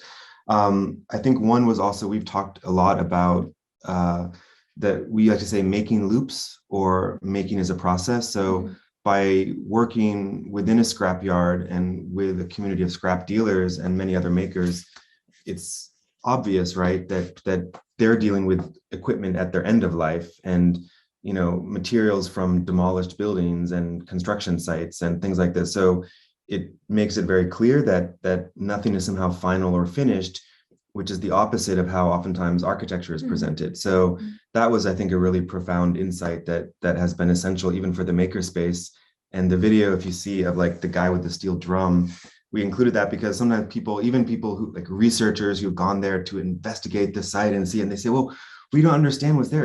We just see some like toolboxes and some people are hanging out there and there's like empty space, we don't understand. And in reality, it's a space that becomes what it is when people do certain things. And that video was somebody was walking by and was like, wait, is there a welder there? Like this thing, can we like weld this? And then everyone's like, okay. And that's kind of the nature of a makerspace in that context. So I think that was an insight. Yeah, I think we speak a lot about interclass innovation, like bringing different knowledge together. And what's really incredible is understanding that you also learn by unmaking products. So by unmaking, they were also knowing even more about the product that people who studied the product in school, you know. So I think that that's a fabulous idea to incorporate in even the concept of a makerspace. A makerspace is not only about making, but it's about learning through unmaking and the different knowledge put together. So it's both about the activities inside, but also the entire process of even thinking about architecture, as you mentioned. Thank you so much. So did they unmake what you were proposing? Was there a lot of unmaking happening as well as making? With the project? Yes. There's been, I mean, so many unmakings and I mean, there's a million dimensions to it. It was partly why we showed this timeline, which is in process. I mean, we've talked about the project oftentimes as a critique of parametric design, because so often the power of sort of math in a way in design, or sort of calibration within design, is geared around form or certain aspects of environmental performance that are visual, whereas we're actually trying to understand how a kind of data-centric in a way, but let's say measurement aware or something approach to a kind of transdisciplinary design process can be rigorous, but not necessarily form driven. Mm-hmm. So in that sense, there's been lots of activities that their goal is not necessarily to lead to a new building per se, but to forge new kind of linkages mm-hmm. between social networks or seed new kind of micro projects, because each building is itself an assemblage of micro projects and components. So that's, I think, maybe one aspect, but also a lot of things were stolen by the community mm-hmm. when there were opportunities. And we always were thrilled with that, because mm-hmm. people were taking them to their own workshops and using them. And we were always, sometimes you're always trying to see, do you find it, or is somebody now doing the thing? And that's how innovation works, is that it has to travel and has to spread. Yeah. Also, when the scrapyard is, it's a hugely contested political site. So it's going through, successive rounds of demolition, and that scrapyard, the first prototype was demolished because it was transitioned back to the community.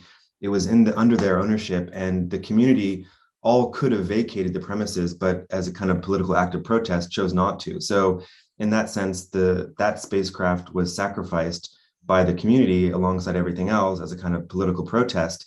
But when it was demolished, all of the components, like this scrap sheet metal, was all recuperated by the scrap dealers and used to make new components and devices and things. And they kept the toolboxes and the black box that had all of the environmental data that was collected in the scrapyard. So there was an awareness of sort of the things of value that needed to be sort of seed elements for, there's now another makerspace, which was already happening. So some things migrate to the next space, and it's a kind of mobile attitude, but architecture is not a physical location, it's an innovation trajectory or a design sort of development trajectory. It is not this makerspace for this community. It's really a platform and a multiplicity, like trying to multiply or let it grow. I mean, very often we speak about the trajectory of the Gico stove, which is very interesting trajectory, because it's a tool that's been designed with the community that managed to spread all around Africa because of the communities partnerships. And so that was interesting to us, is like how this thing can multiply, hence the idea that the project is completely open source. The idea of authorship is like in question, we're questioning all these. Yeah. Thank you so much. There's so much there. Thank you. DK, I love that you shared your story of the community and being inspired enough to steal parts of your project. I suspect that a lot of us here have similar experiences. I myself had plants. We just account for 20% of our plants disappearing, and we find that as a way to increase the biodiversity in the cities that we're working with. So it's kind of fun to hear that. I'm wondering, this kind of trails into your question, DK, that you put in the chat, but I don't think the other folks attending can see that. I'm wondering if you could just ask that question for the other panelists that you had. Oh, I tried to put it in the Q&A, but I wasn't able to. That's why I put it in the chat. But I just was saying that I mean, these projects were also exciting to see, and there was just so many ideas. But one of the things that seemed common in a way or shared was that there was this sense of 4D space, like time is really considered as a dimension with just the sort of normal 3D space. And then I also thought the sort of building on this PAS kind of paradigm, I was super intrigued to see Sergio share back that kind of timeline that was like super snazzy with the workshops and these partnerships in a kind of chronological matrix.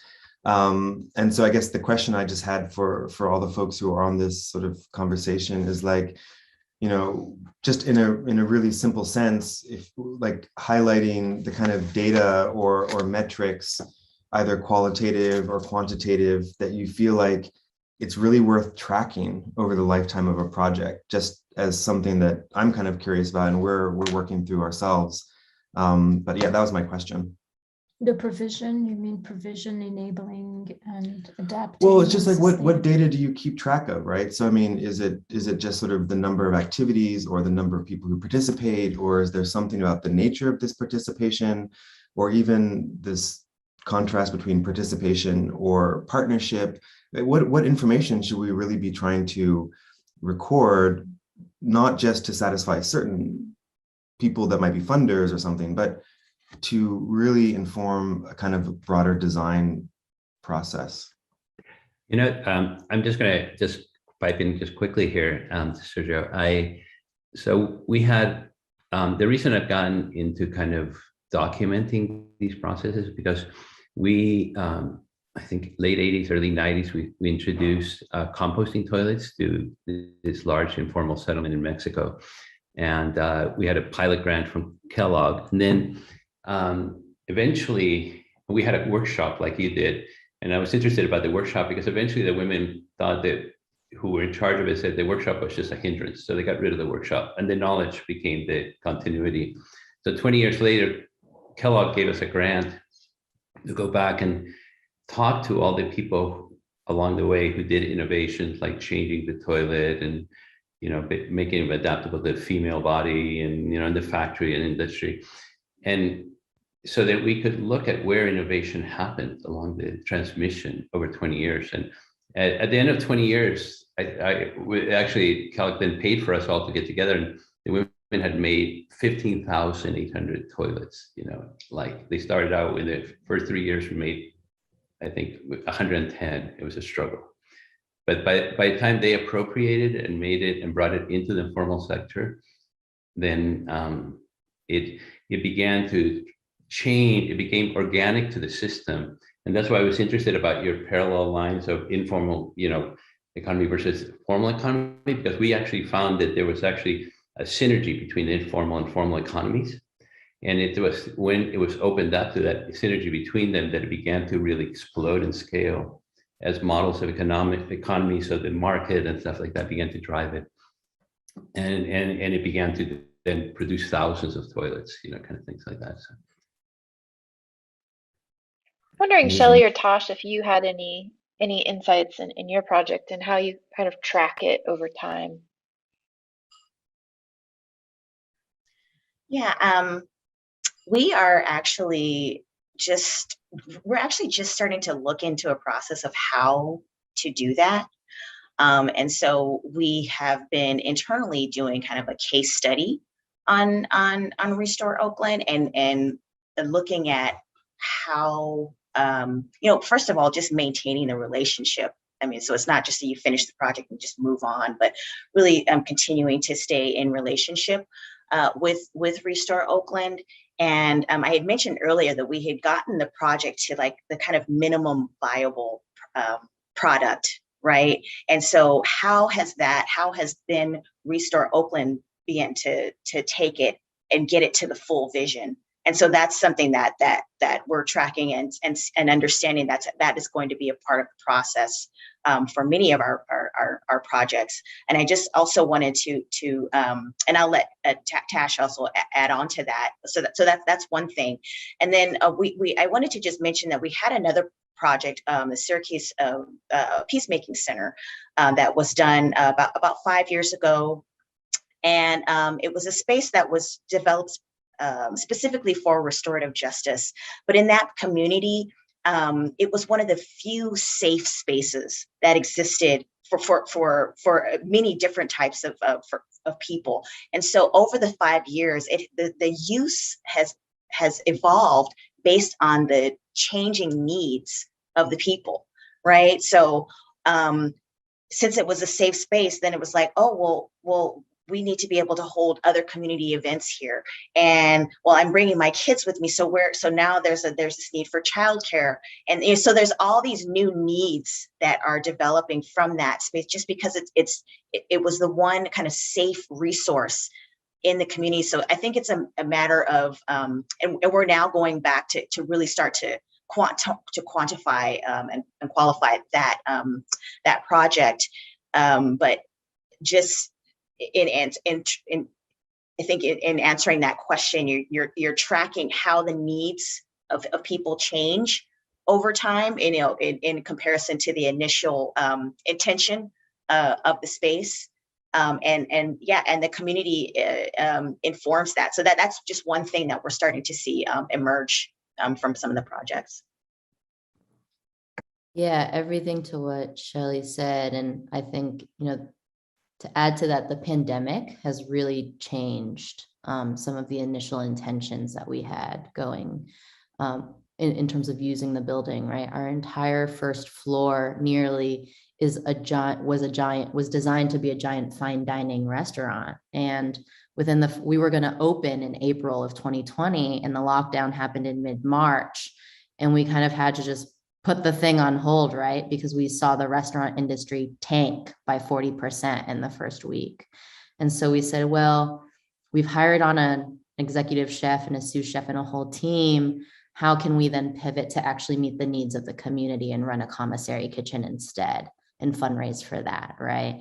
And now that we're 2 years into the pandemic, we've kind of ditched the idea of opening a restaurant, but we have this giant, beautiful space that we can now use for pop-up events for food businesses or street vendors or businesses that cannot afford a brick and mortar. So we're beginning to organize, we have holiday pop-ups inside featuring different bartenders that we're training.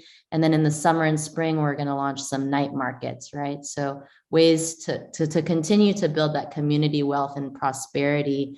And because we own this place, we're able to then share that risk. And so, and then the other thing that we do is we survey people. We ask them what they want and what they need at every single event. And we incorporate language justice to that because we're such an ethnically diverse community. So we have surveys in English, Spanish, Mam, which is a native Mayan language, Cambodian, Vietnamese, simplistic Chinese. So we always try to meet that need and design our programs around that. Thank you, Tash and Shelley. Nabeel, I saw you raising your hand. Would you like to say something? Sorry, you'll have to unmute yourself. There I am. Yes. Yep. Yeah, no, I'm just going to say something about the whole issue of documentation and keeping track in order to kind of understand how one's going and so on. And I have it's a very simple model that I've used, and it may not be appropriate in all cases, but it's a participatory process in its own right to judge how things are going. And so you may well start with, as we always start, this is what we've done. This is what went well, to whom. This is what didn't go so well, and to whom. And I'll do that occasionally with the different stakeholders, maybe with children, with women, with men, the unemployed, to get a general sense of how they think things are going. And then that leads us to an understanding of what have we learned.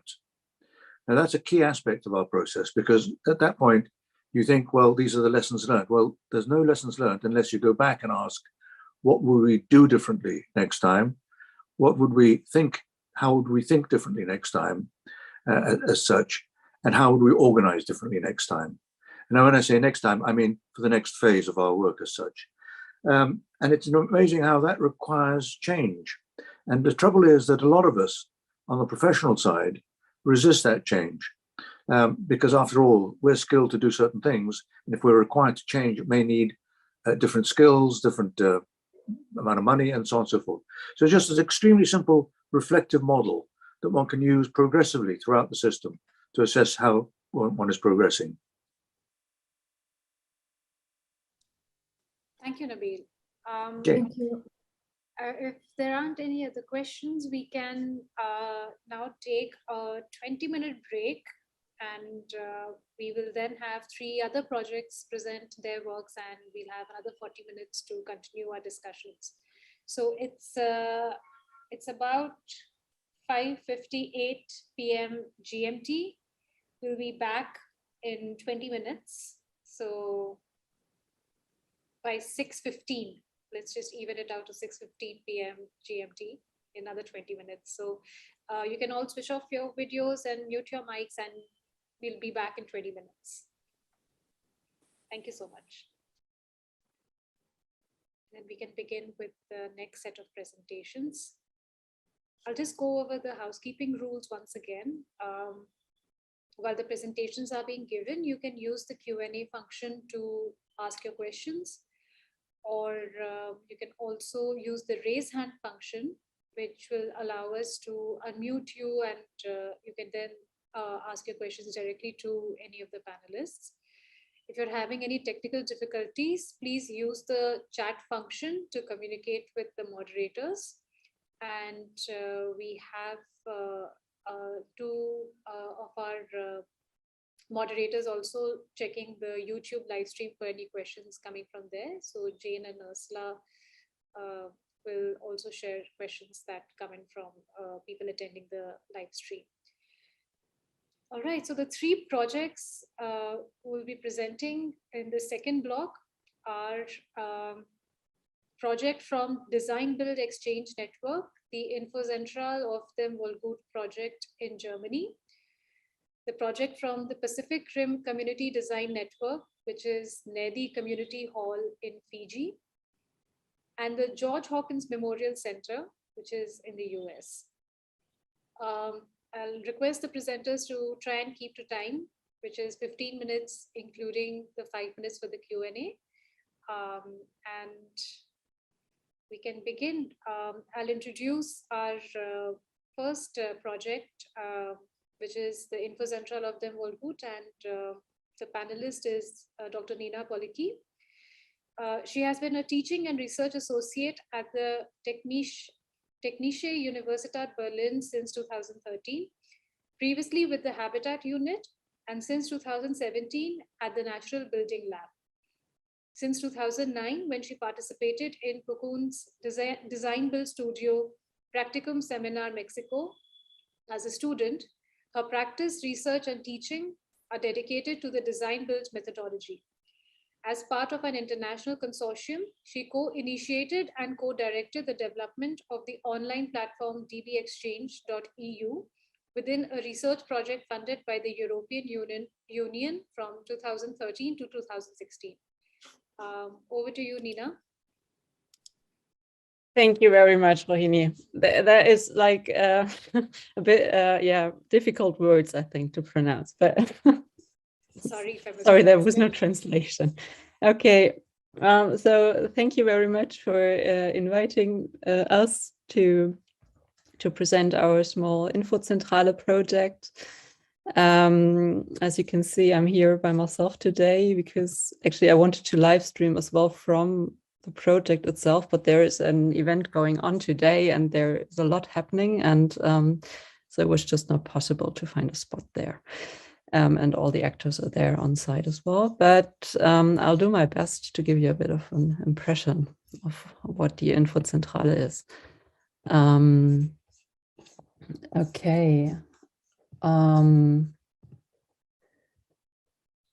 So the Infozentrale auf dem Vollgut, as it's called, it's a bit hard to translate. It could be something like an information point on a site that I'll be happy to explain afterwards. But before, I would like to introduce you to a few topics that kind of drove us through the whole process of the project. The one topic is the use of resources that we're using in the construction industry, that in the construction sector, and as well to create an awareness for a sensible use of resources, circular usage, and also construction principles, for example. That's something that will come up later on, and also to think about the whole life cycle of a building, and not only in its current state, but also in different kind of states, and also in different futures. And the second topic is the topic of that has been talked about here a lot as well, the topic of collaboration, that we see as an essential expertise for change designers, and that we would like to as well frame as an important expertise for the students we are working with. So the site, the Vollgut, which is also part of the name of the project, was a former brewery site here in Berlin-Neukölln, built in the 20s. The whole site, it was the brewery left, the industry left in 2015, and the whole site was left not empty, but vacant. And of course, it was not empty because there was a lot of initiatives as well that used the space. It's in a very culturally diverse but economically poor neighborhood. In Neukölln, that's how the district is called there. And there are a lot of initiatives that are actually, I cannot name them all, but that are dealing with projects that are related to common good, for example, alternative medical services, or as well circular economy models, and so on. Also a lot of housing initiatives, neighborhood organizations. And whilst the site itself that was bought by a foundation is being developed, they were looking for a space where they could already start their work and kind of as well show on the site itself that there will be something happening and something will be developed there. And that's as well how the idea for the Infozentrale as a place grew. With the design, we were working, we in the Natural Building Lab at the TU Berlin School of Architecture, we're working with 36 bachelor students, sending them out to find waste material, and from that waste material to experiment to find new construction techniques and try out construction materials. With these materials, they were developing different proposals for this pavilion. Well, it was called pavilion in the beginning, or for the space, for a multi-usage space for the different actors on site. In the end, we were deciding not on one project, but on a project that benefited from a lot of ideas of the students, which is a beam grillage structure made of reused wood, with walls that were made of cardboard boxes, insulated with shredded paper posters, and covered with posters as a neighborhood billboard. Of course, that was developed as well a lot on site with prototypes that were being shown. The designs before that were being shown and discussed as well. And we were then going into a building process where, for example, an old roof structure that the students found somewhere in the south of Berlin was reworked in the workshop at the School of Architecture, and then on site reworked, and the grillage was being stacked up. All this, of course, all according to circular construction principles, so that the connections could then as well in a second life usage be opened again, or the roof was built on site and then, or on the ground, and then lifted. It served as a roof terrace for a few months with a few activities going on. And then the walls were being built in with the shredded paper and cardboard boxes, the cardboard boxes from a neighboring supermarket that the students called them actually the urban brick. These cardboard boxes were then being covered, and that's how the Infozentrale looked like in the by the end of the construction phase when it was kind of handed over. But I'll show you a few images in the film. You'll see what happened afterwards, because it doesn't look so shiny anymore. Also not that shiny how it looks like in my background here. Or it looks different. It has a different character right now, and we are very, very happy as well about that character. Maybe just to share a few. Yeah, that's the nice images that you do by the end of the project when we're publishing the project. A few learnings that we took before I'll show you the video. Of course, that's one drawing that one of the students produced at the end of the project, which we quite like, because it shows the project in this midst of all the initiatives and the networks and all the topics that arose around the project, and the project itself becomes very tiny.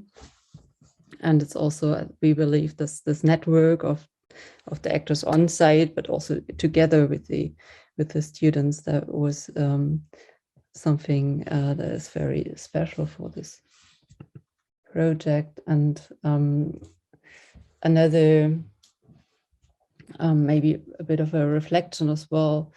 It is a design build project, so it is a project that is not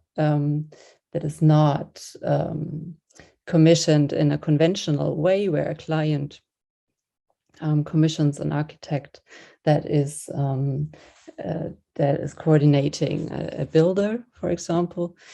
But what design build does from our perspective is that this becomes quite mixed up, and as the architect is also the one who's then building, that provides a lot of potential to test out things and so on, and also as a learning experience for the students, but also a lot of responsibility that is part of this definition of the task.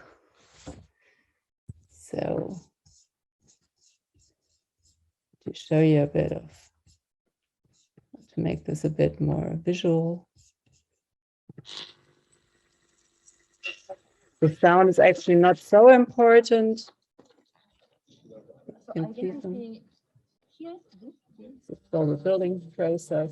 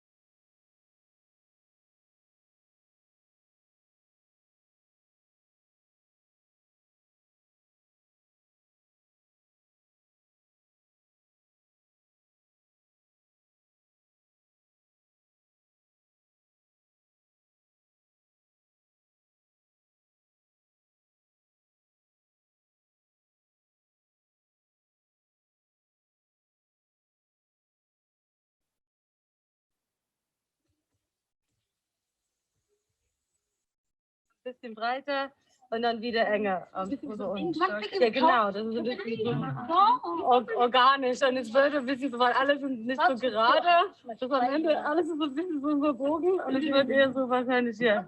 Ja, mit sein, so kannst du finden auch hier. Ja, ja, ja. Und dann ist es so.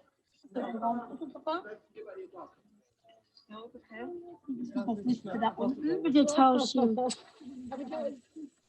Ich muss schnell fertig werden.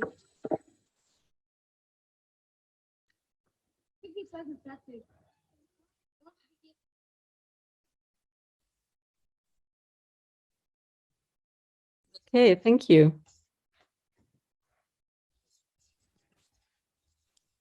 Thank you, Nina. We have, I think, about a minute. If anyone wants to ask any questions, you can use the Q&A feature or raise your hand.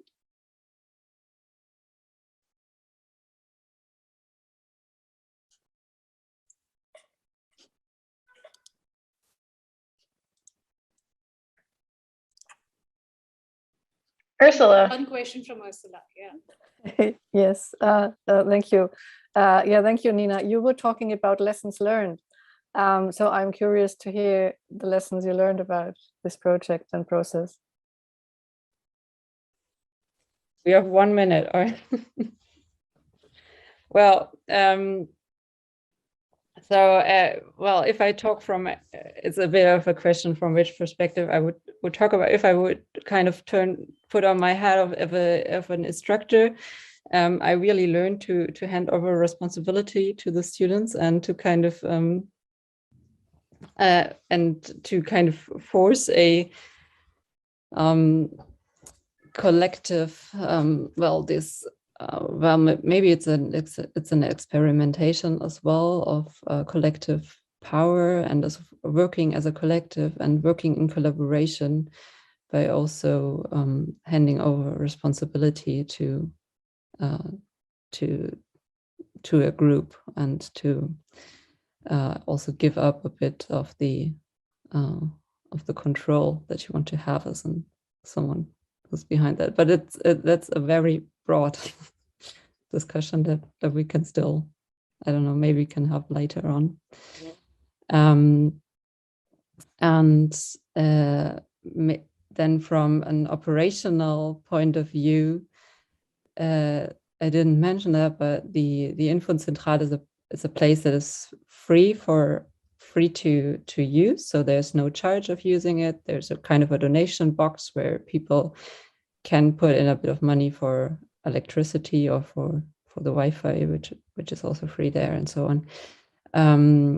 And I think that is also something in the beginning, there were a lot of discussion rounds and talks as well on how to organize the space. And what it really needed is time. So to to develop there and to get to know. And I think that that time is something that we, as working with our project, as being we start a project and then at some stage it's handed over and so on. It doesn't really, we don't really count that in so much, that all these processes take a lot of time and sorry, Nina, we'll have to wrap it up here. yeah.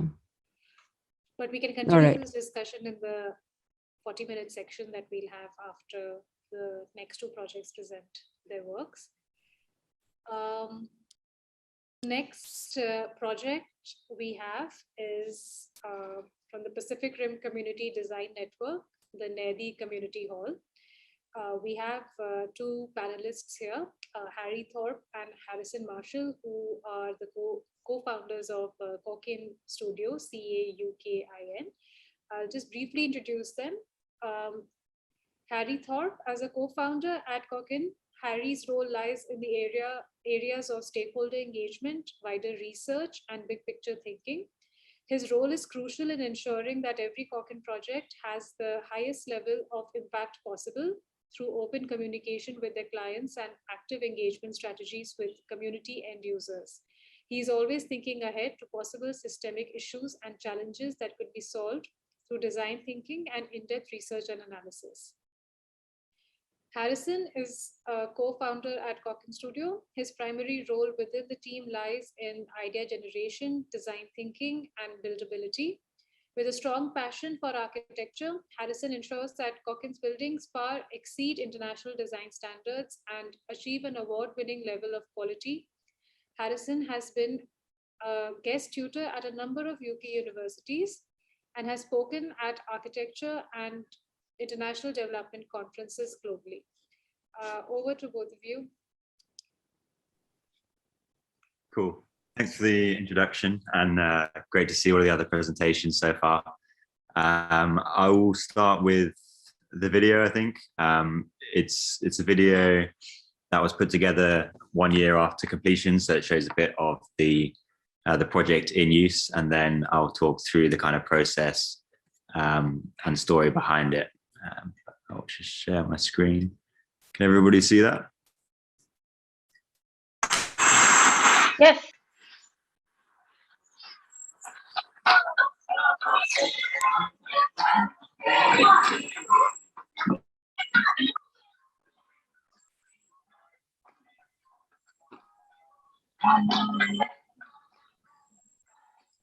Since we took law a year ago, the chief of our district, we have decided that the first district meeting should be held in this hall. It's a very good news for the village.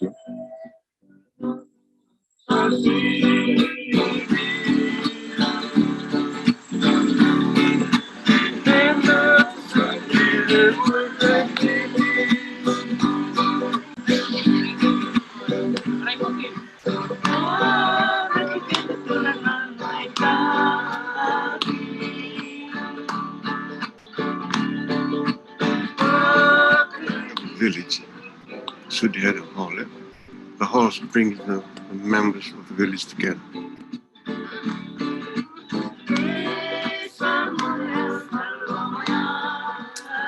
Cool. Stop that music. I'll share my screen now.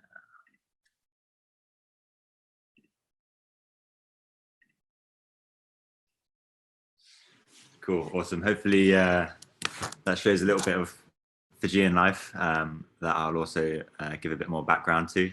This was a project that we completed back in 2018 in Fiji on the island of Vanuatu. In 2016, Fiji was hit, along with much of the South Pacific, by Cyclone Winston, which was one of the biggest cyclones to make landfall across Fiji in the South Pacific, and as such caused very huge, widespread destruction. And it was at that point where we got in touch with a charity out there and started to begin working on projects to kind of rebuild, but also introduce and explore and research cyclone resistant technologies and designs. So I'll be talking about this project. Hopefully you've all seen some images of it. And back in 2017, we reached out to a number of different charities and were lucky enough to connect with the Namanga Giving Foundation, who've been operating for 10 years in the area of Savu-Savu, particularly with the surrounding villages, and they've got a good connection, particularly with Naidi. So the kind of our key starting point with any project is to connect with somebody on the ground who has a good understanding of what the needs are of the communities, what the projects would have the most impact. They kind of already built up that level of trust. And we kind of, in this early stage process, as well as forming the brief, we kind of establish the 6 main kind of key stakeholders that are crucial for the project to have a kind of successful outcome. The first of which, of course, is the end users, the local community, the ones who are in need of the facility. Really important, as with everybody has said, is getting them involved right from the very beginning, throughout the design process, throughout the build process, making sure they have that ownership of the final outcome, so that it's maintained, well loved and used. Second of all is the local partner, who I mentioned in this case was the Namanga Giving Foundation. Their role is the kind of on the ground person who helps with logistics. They help with facilitating community meetings, design workshops. They also fundraise for the build materials, the cost of those, and basically are kind of our main go-to for the duration of the project. We then have international participants, typically architecture, design and engineering students from all over the world who are looking to gain a different kind of experience than they might get at university, work in a different context and different climates, learn from a different group of people, and get hands-on construction skills as well, and hopefully encourage more people to work in social architecture and community-based architecture projects. They also bring their own expertise from all different areas around the world, their own ways of thinking, and kind of help to create the kind of, strong sort of atmosphere on site as well. We then have local skilled workers. So at the early point of the project, we will work with the NGO to identify a few people that have key skills, in this case, carpentry, but in other projects that could be bricklaying and welding, etc. And they will have a kind of a lead role on the construction site, organizing ourselves, organizing the local community, and generally teaching and sharing their skills with a wider group of people so that we can all kind of increase everyone's skills and employability through the process of the project. There's then the sponsors and donors, people that are donating to the project either financially for materials or donating their time pro bono. So particularly with our projects in the South Pacific, we work quite heavily with structural engineers to kind of go through the issues of cyclones, but also environmental design specialists as well, looking at kind of reducing humidity and kind of climate control through passive design techniques.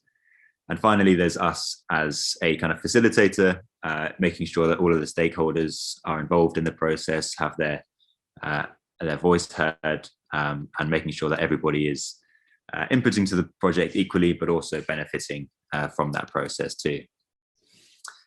So as with all projects, the design process started off with a few workshops. Because of the kind of tight budgets, we weren't able to fly out there to do these workshops. So we relied quite heavily on the local NGO and also on Zoom as well, before the kind of pandemic made it a little bit easier to run these kinds of things. For about 9 months leading up to the project, we had a Zoom call every 2 weeks with the charity, going through the kind of whole process, making sure that we were ironing out all of the details, making sure that it was going to run smoothly, making sure everybody on the ground was happy, and was interested in the project. And we generally design up to about, I'd say 70% before we get on the ground. Mainly it's structural things that have to be signed off, structural principles, particularly in this context. But we leave at least sort of 30% that can be changed or adapted on site, just to make sure that anything that hasn't been ironed out through the design process, or anybody that maybe can partake in the design workshops or Zoom calls, then gets a more involved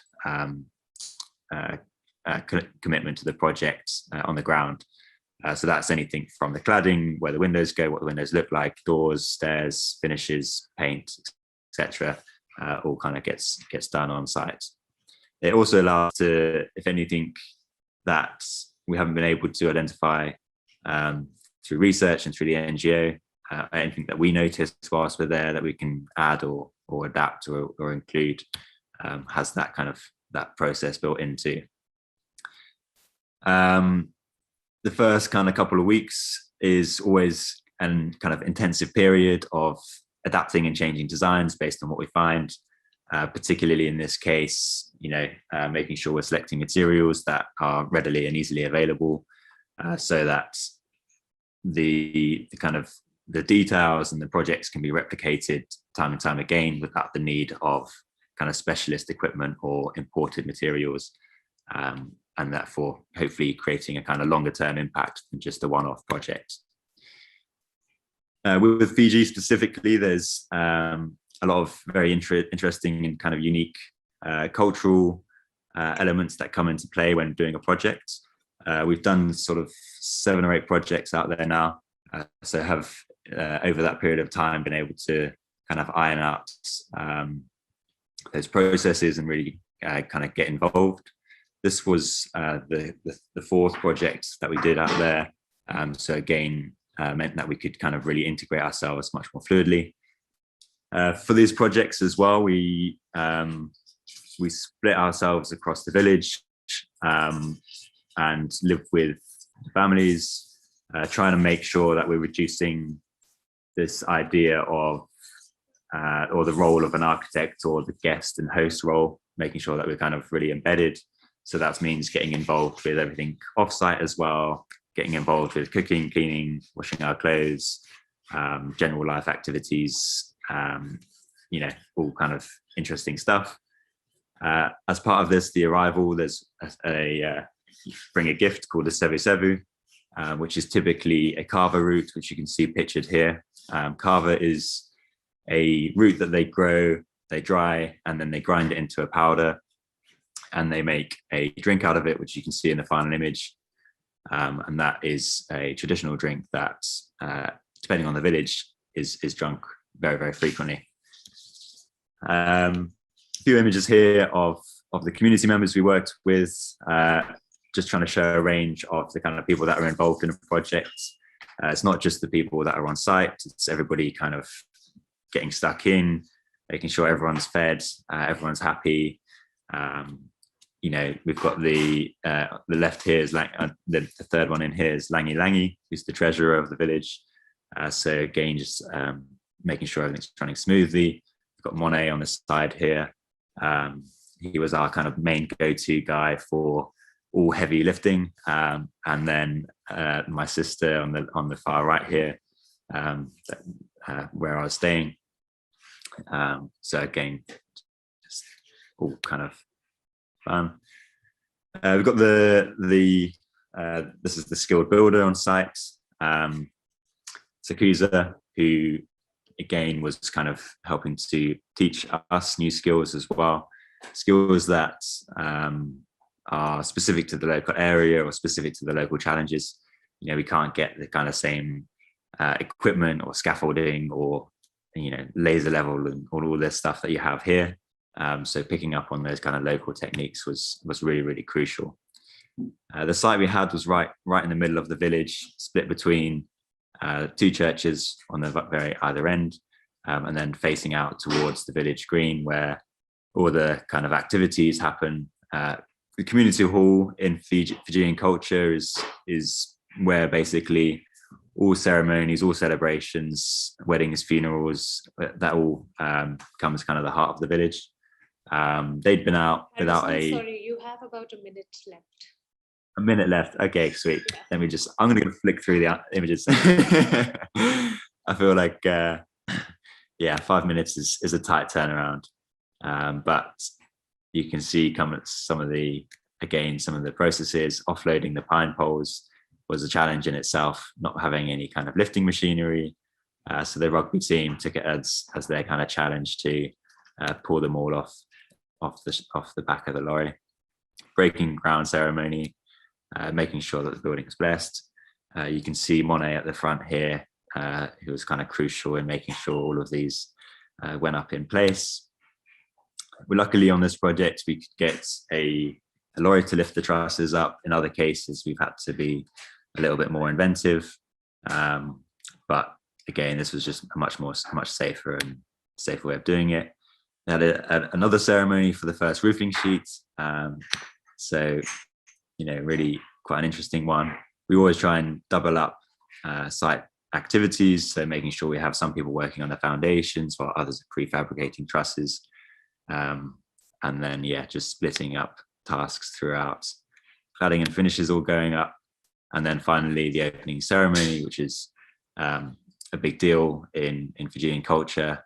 They hadn't done a ceremony like this for, I think, something like 15, 20 years. So it was quite a special occasion. And we got involved as well to learning the local dance, which is the Meke, and performing it with some of the other guys too. And then the final couple of images. That's it. That was beautiful. Thank you so much, Harrison. Just the whole process and working remotely even before the pandemic, I think you were pretty well prepared for the 2 years that we all had to work remotely. But I think what I really took away from this was having a strong local partner. And if time permits during the 40-minute discussion, I'd like to dwell on that a bit about having the strong local partners if you're entering terrains where you're not locally, don't have a connection locally with the community, and what an important role these organizations play. But we'll move to our last presentation of the day. It's the George Hawkins Memorial Center, and we have some 4 panelists here. I'll just briefly introduce them. Scott Murray Medina is a co-founder of Blue Star Integrative Studio, an indigenous American, tribal plus Latino integrated architecture and planning enterprise in Tulsa, Oklahoma. Scott is passionate about creating place-based common sense solutions centered around community involvement and local empowerment for rural, tribal, and under-resourced communities around the world. Winnie Whitetail Mendeville is a Cheyenne tribal elder and the director of the George Hawkins Memorial Treatment Center. Winnie has been in the mental behavioral health field for 40 years. Her passion is to assist and provide culturally appropriate treatment to native peoples. Winnie is an enrolled member of the Cheyenne and Arapaho tribes of Oklahoma. Gordon Yellowman Sr. is an enrolled member of the Cheyenne and Arapaho tribes. He has extensive knowledge of Cheyenne history, customs, traditions, and religious beliefs, 20+ years experience administering federal and tribal programs, and is co-author of numerous exhibition catalogs and scholarly texts. Caitlin Pipestem is an enrolled member of the Cheyenne and Arapaho tribes and descendant from the Osage, Oto-Missouri, Zia Pueblo, and Potawatomi tribes. Caitlin has a Master of Social Work degree and is working as a counselor technician for the George Hawkins Memorial Treatment Center. She is focused on helping her people achieve sobriety so that the tribal communities can heal from the inside out. Over to you, Scott and team. Greetings. I think we're gonna go ahead and start with the video.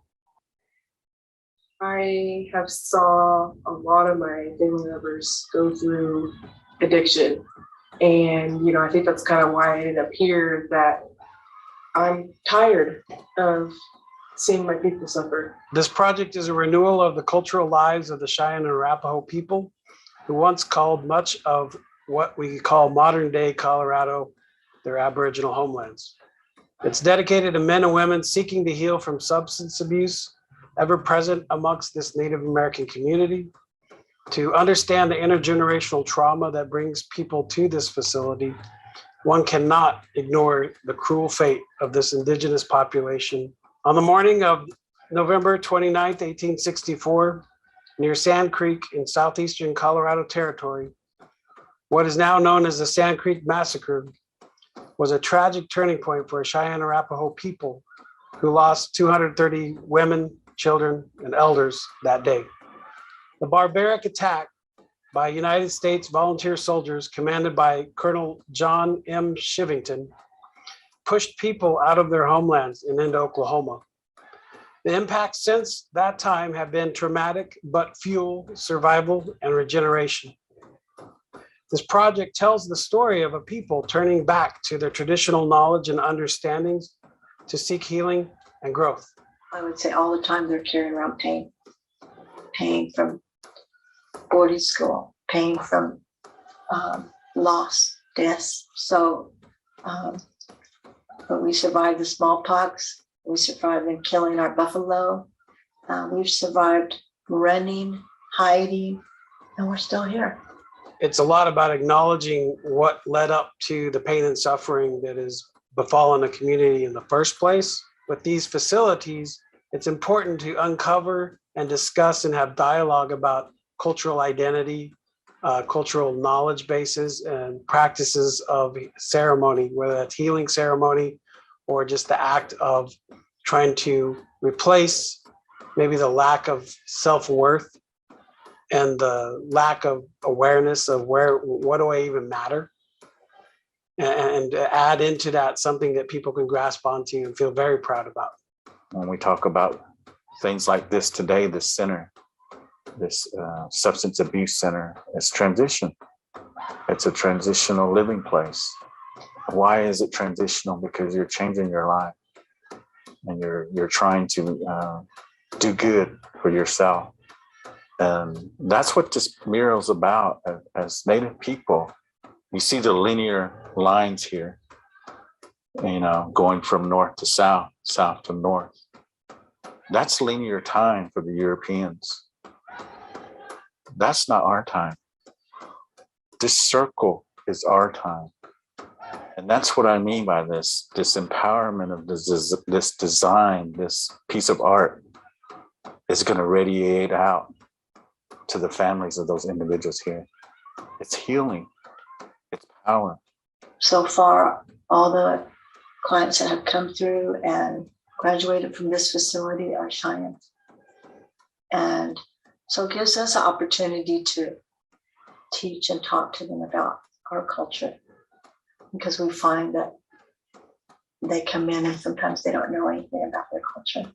Don't stop after 90 days. This is a new beginning for you. As you look beyond that window, it's a new world for you. As you go out that door, it's a new world for you. It's a new beginning. It's not ending. You're just now starting. And be proud of what you accomplished here in 90 days. And share that with your loved ones, your family, your community. Go back and be strong. Go back and show them who you are.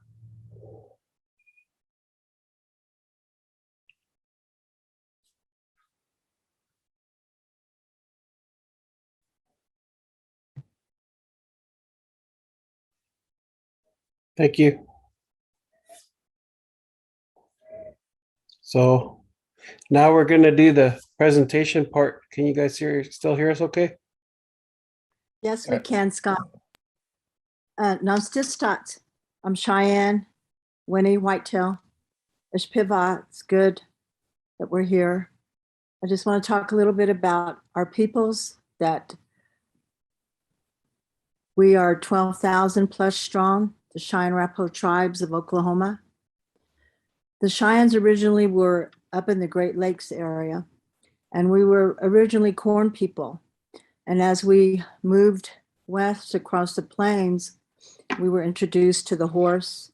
We were introduced to the buffalo, which provided our food.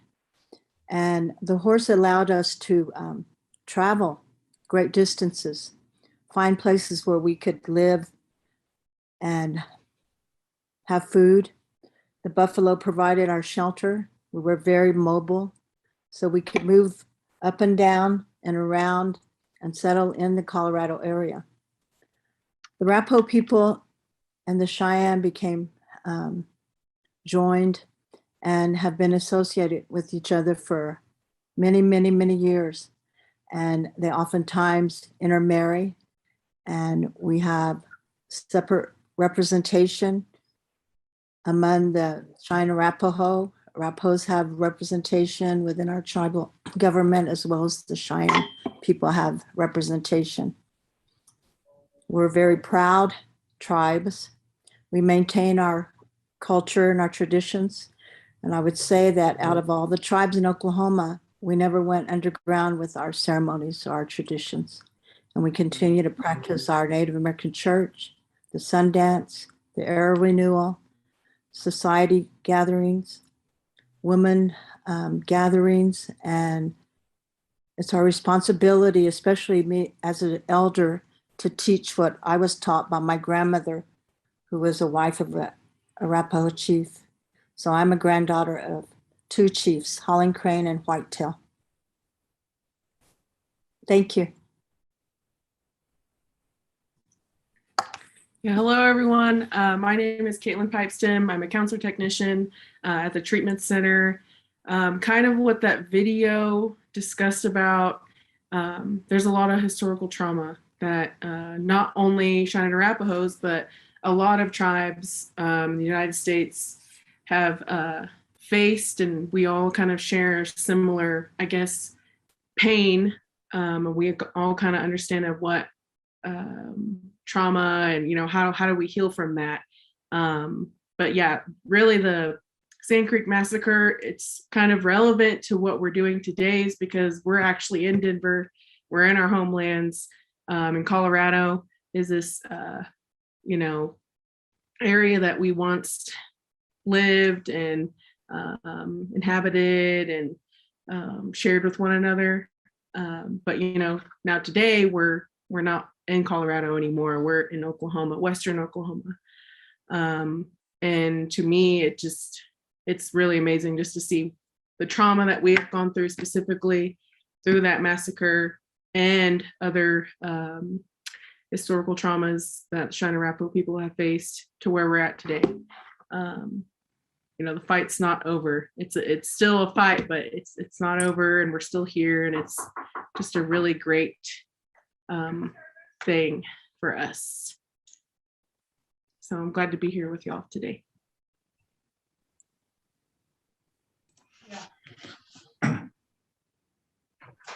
My name's Gordon Yellowman. I'm a Cheyenne chief.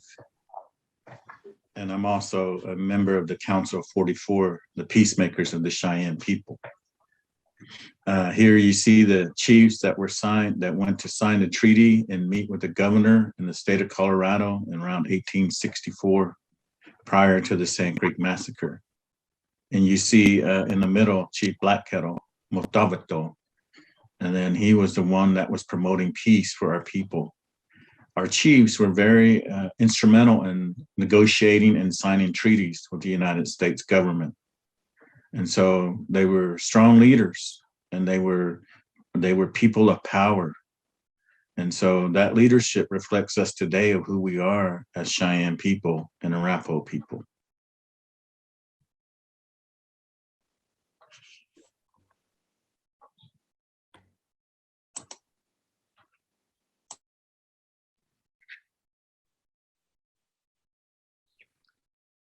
My Cheyenne name's Apache Woman, and I come to you to speak about the Sand Creek Massacre. I am a descendant of the Sand Creek Massacre, coming through my great-grandmother, Babyface. I am here because she lived, and I think about the Sand Creek Massacre and how the effect that it's had on our people. And also what came after that was the massacre at the Ouachita.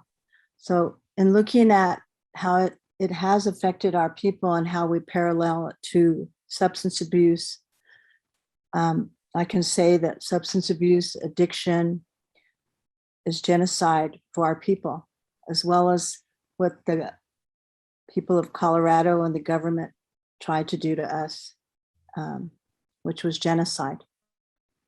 We're still here today. We're resilient. I just think sometimes that regardless of what we go through as Cheyenne Arapaho people, we can reflect back and think about what our ancestors went through to survive. And we're still here. We're strong people. We have our culture, we have our traditions, and we're a proud people. And this mural that we have at George Hawkins, like Gordon said, it takes a lot for them to walk through that door. And we reference that medicine wheel when we're doing our treatment. And we talk to them about when they're going to walk out that front door. So we want them to belong. We want them to master things. We want them to be independent as adults. But not only that, when they get to be elders, that they can be generous and they can give back to our people. Thank you. This is Scott Mori Medina. I was the architect of record for this project. And here you see many of the people involved in the project.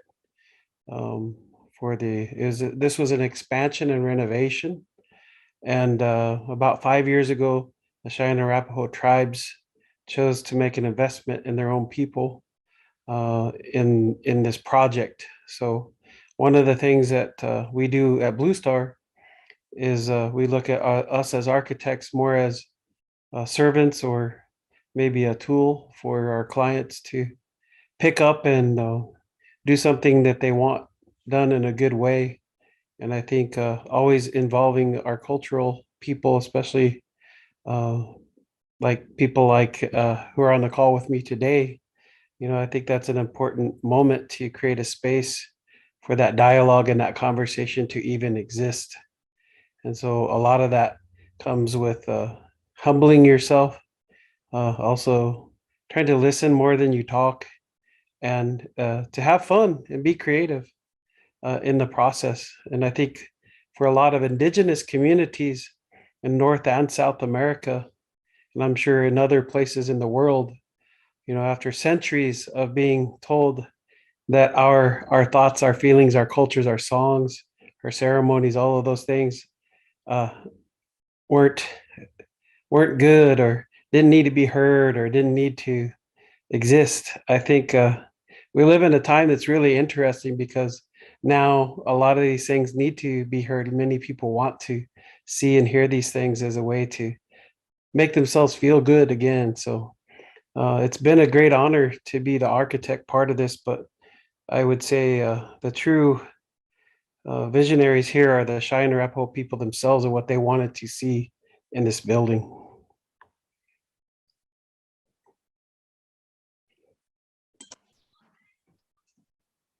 The culture meanings of tribal translations, it all began with a schematic design and reflecting our cultural, our way of life, and the circular movement of our people. That's why when I first made the sketch here, I used the sacred colors of our people. And so it was important to reflect those colors because of the beauty and the energy that each color represents. It empowers us as people. It gives us life, and it gives us strength, energy, and most of all, it gives us identity. And so the colors that I used in the circular symbol of the medicine wheel is very important to us because that medicine wheel provides healing physically and spiritually. And so when we talk about white, the color white, that color means purification to us. When we talk about yellow, Heyov, that means the sun, the power of getting the energy from the sun begins our day and ends our day. The color of red is who we are as people. That's the color of our blood. And so when we go into the dark places of our lives, we always talk about darkness, black. We talk about being alone, being by ourselves. Nobody cares. And that darkness is where some of these clients come from. And it's our job to bring them back to life through this healing, through this ritual of the medicine wheel, putting them back and empowering them through these colors, giving them beauty again to live a good and healthy life. So all of these colors are very powerful in representation to who we are. And they parallel our way of life, and it gives us energy. Thank you.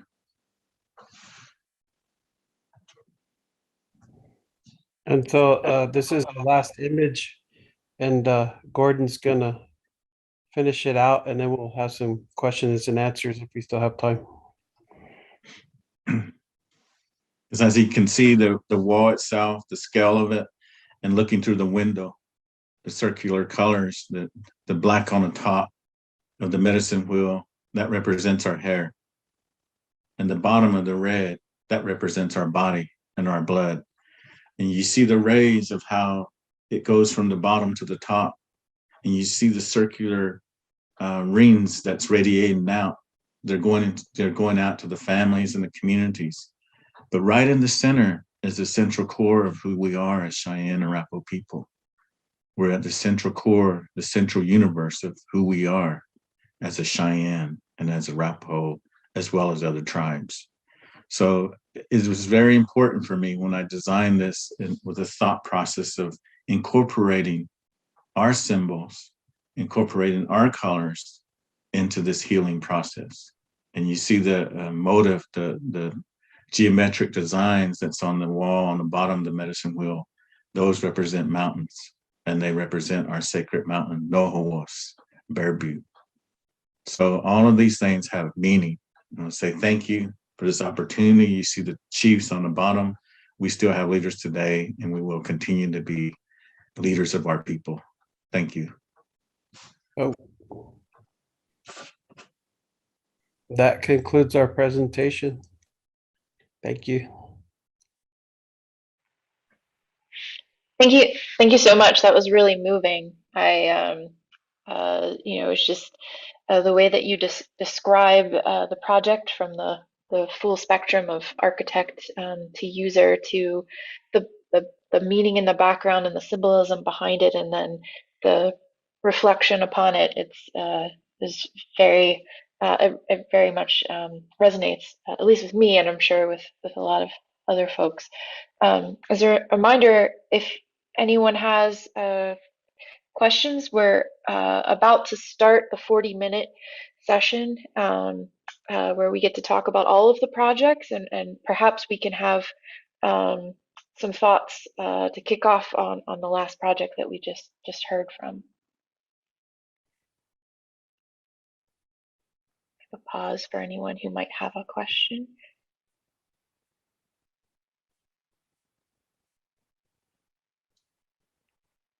Oh, okay. Well, I have perhaps a question for that last group as people are thinking. We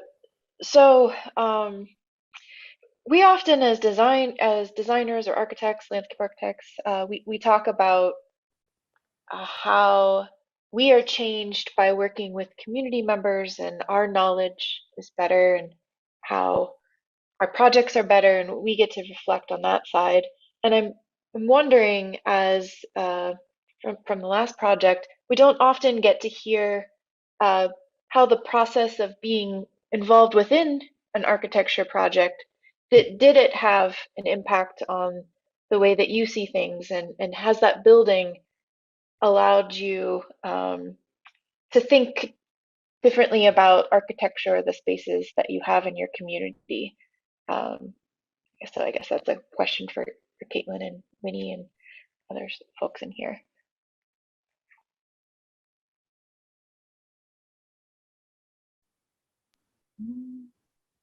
maybe Scott, it seems like that might be a question for you since you were the architect. Not really, because I'm the architect. I can't answer this one. What they're asking is, how did it go for you guys working with people like me, architects? And how does the building now speak to you guys in your everyday, what you're doing? I think that's kind of what she was getting at, right, Leanne? Okay. And Gordon Yeah, too, exactly. yeah. We're curious as to, well, I'm curious as to the process of going through that. What was it like? And is there something that when I work with community members, every single time I add knowledge to myself and I'm like a better designer coming out of it. I see architecture differently. And I'm just wondering if there was anything about being involved in this process that changed things for you, anything at all. Just curious. I think From culturally, yeah. Culturally, it's a very impressive design for our clients to see. And throughout this project, we've shared with them along the way this process that we've gone through with this medicine mural, and it's touched them, touches their healing process. And we reference the colors. We talk about looking out that window, and it's just that group room. We have this mural in our group room, and they spend a lot of time in that group room. So they touch it, they ask questions about it. And I mentioned to them at some point, we'll have Gordon come over and present to us. But as far as the healing process and the cultural teaching, it's a very important part of their daily process. So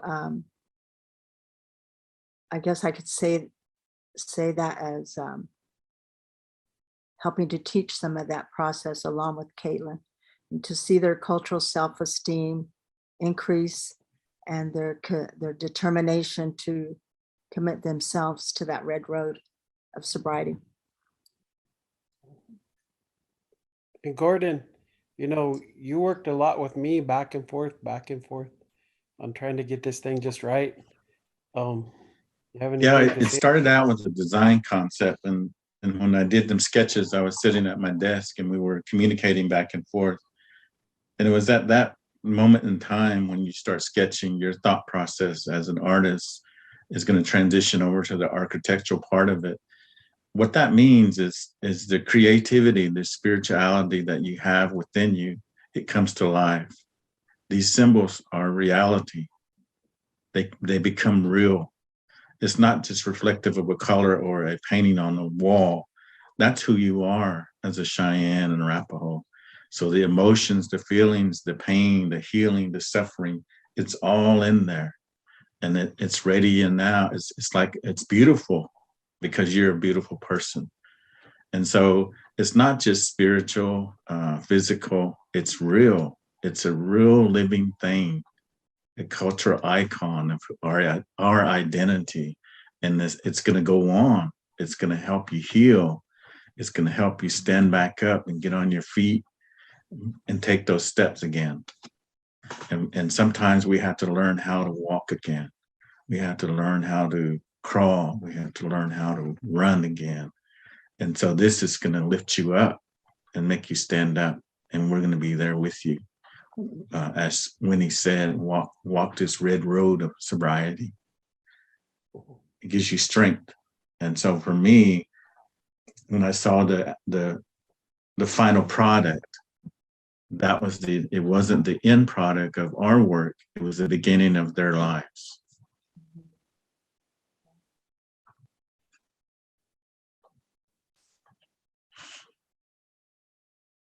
A new beginning.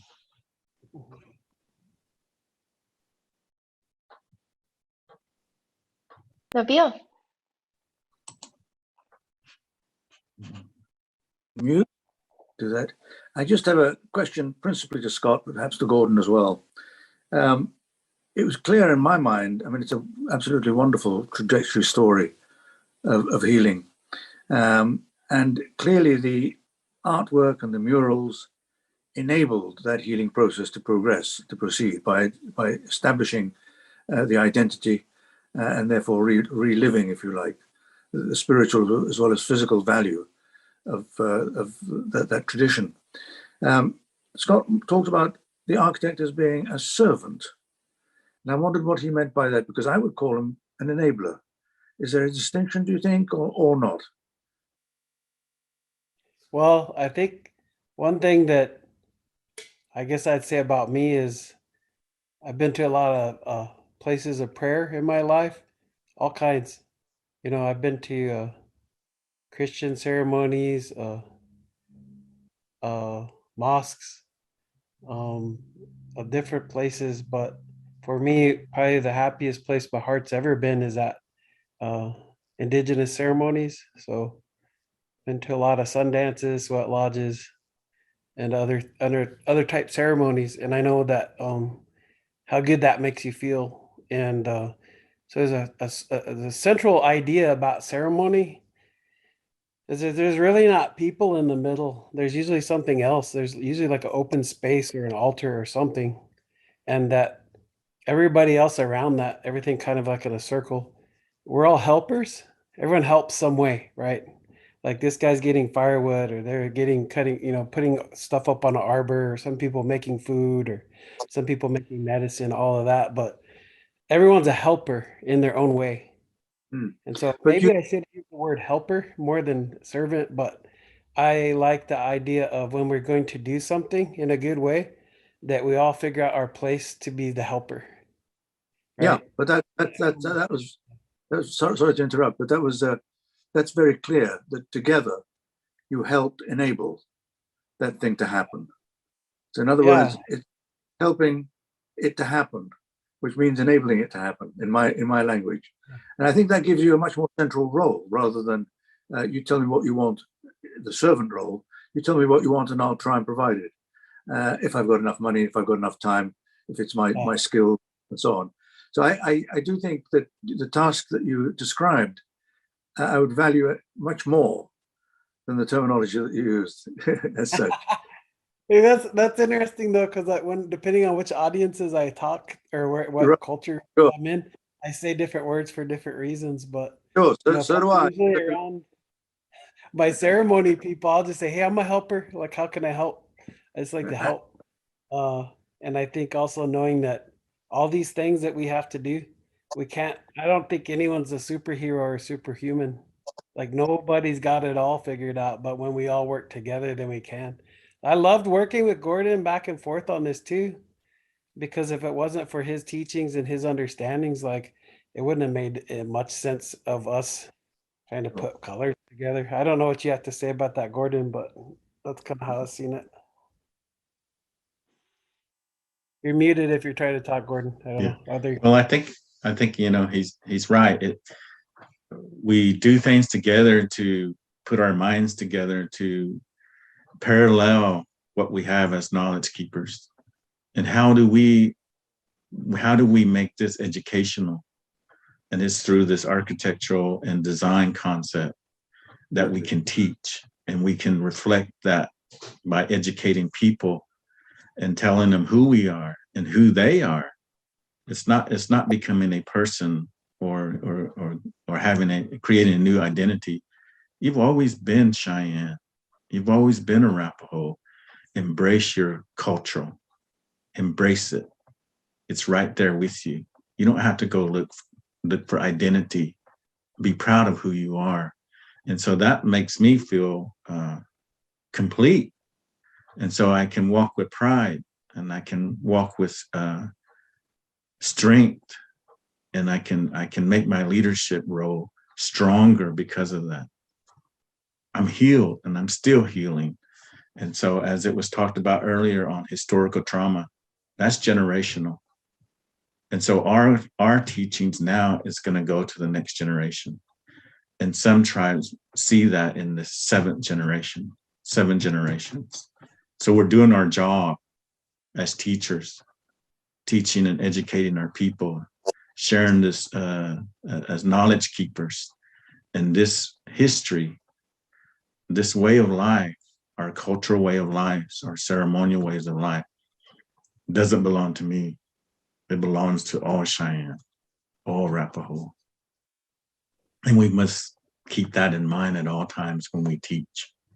So this was a good teaching tool for me. And, you know, I've already been approached to do another project because they were so impressed with this one. And it leads to opportunities, not just for us, but for the clients as well. Jane? Yeah, I've got a question that perhaps leads on from the discussion about help or enabling. And it's a question for any of the project presenters. The question is, did support come from any unexpected sources to help with the project? And if so, what help were they able to provide and why was it useful? So it's more about unanticipated help being volunteered during the process of the project, really. And that question is for any of the project presenters.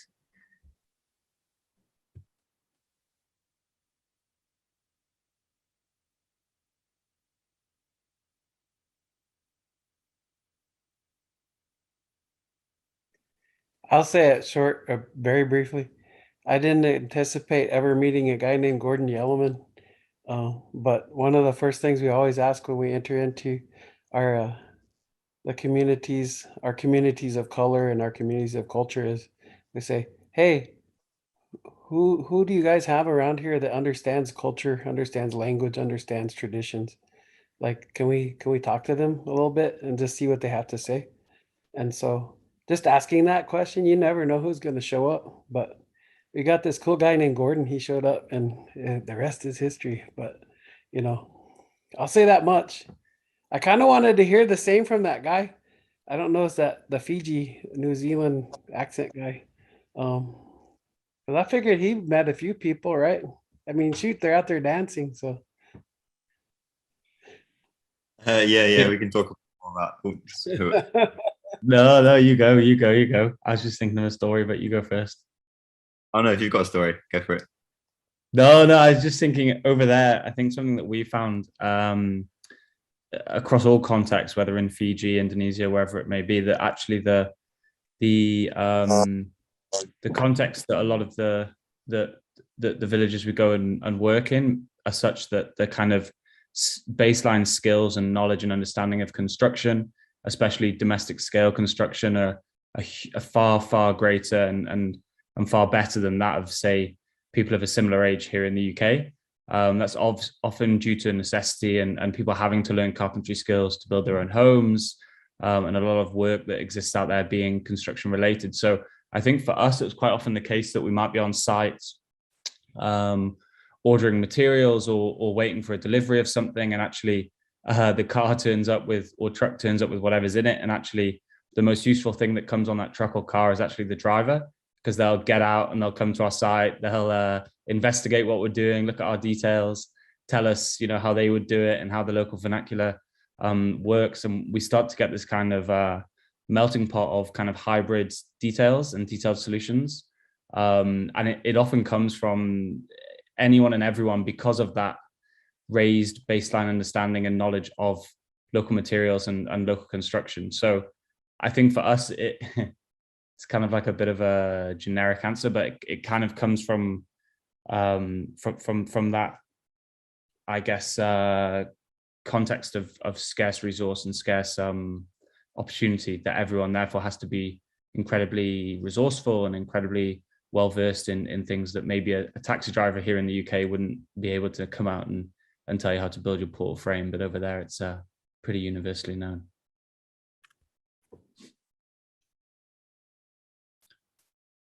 Yeah, nice. I would just add to that there's a few people that we know are going to be very useful and key to a project ahead of time. We know that through the charities, they already have that connection with the community, so they have a certain idea. But because then they've not necessarily been living inside the village, etc., there's always unexpected characters that pop up with unusual stories and skills. So I think it's quite hard to know who's going to end up the most useful until you're, a week or two into the project. And then often it can be, just one of the quiet individuals that, after a couple of weeks starts to come out of their shell a bit more. And then suddenly you find out they, have all of these, added skills or knowledge. And that goes offsite as well. I think for us, 50% of the project is everything we learn just about day-to-day life and the kind of experience from living there as well. Sorry, just to add to that as well, I realized I think this also transfers over to social agency as well. So quite often some of the most useful people on site aren't necessarily the best builders, but they're able to galvanize the local community, involve the local community in a way that we never could do. And that's just as important as the other things we mentioned. Thank you so much. That's really helpful. I think for our project, I wouldn't call it help or like unexpected help. I think like also the usage and the programming for the space was an experiment. So there was an idea to have a small space. In the beginning, it was 3 to 3 meters, so 9 square meters, and then it kind of grew in the size, but also because there was a lot of interest or like collaboration that we you could call it collaboration partners that we didn't expect to turn up, and a lot of ideas as well that grew around the project, like the garden, for example, that you can see here in the background. And so a lot of initiatives as well, docking onto that project. And like from my perspective, I wouldn't really call that help, because it's something, I mean, the construction, of course, there were also people, craftsmen and so on, turning up and helping in the construction. But I think what's really interesting is that, the kind of expanded network around these projects that grows, and all these the encounters and people, that like-minded people, and they're trying to push the projects. So. I really like the idea of the expanded network that grows around the project. I think that makes a lot of sense. Thank you. I wanted to add on that. I did lots of projects in Mexico, and we have there the phenomenon of the Mexican miracle. And you know that all things can go wrong. So there's always a struggle to get projects done. But on the other hand, there is always something popping up unexpectedly that helps you through the process. And I think we can really trust on that. So in every project I did, there was some unexpected thing happening. It was a miracle. So it appears from the network of people getting engaged and of people seeing what you're doing because of the physical presence of that you're there, which at the end makes the projects run and successful and gained a lot of it. So I trust in that. So I believe in the miracle, and not just the Mexican one.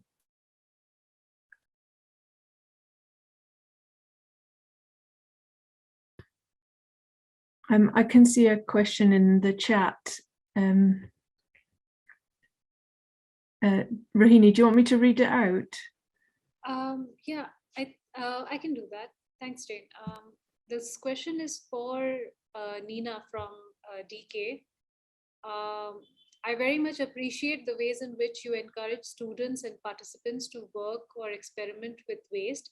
Can you share more regarding the transition from urban brick structures to addition of plywood sheathing, especially with what appeared to be paper posters, adverts plastered on the walls alongside the murals and painting?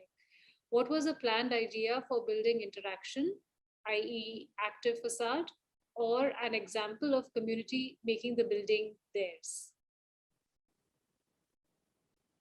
Yeah, that's an interesting question. I don't know if you remember that in the video where we also show a bit of the vandalism that took place there on site. So in the beginning, with the walls, there was of course a huge discussion about how if you could set them on fire because they're actually paper.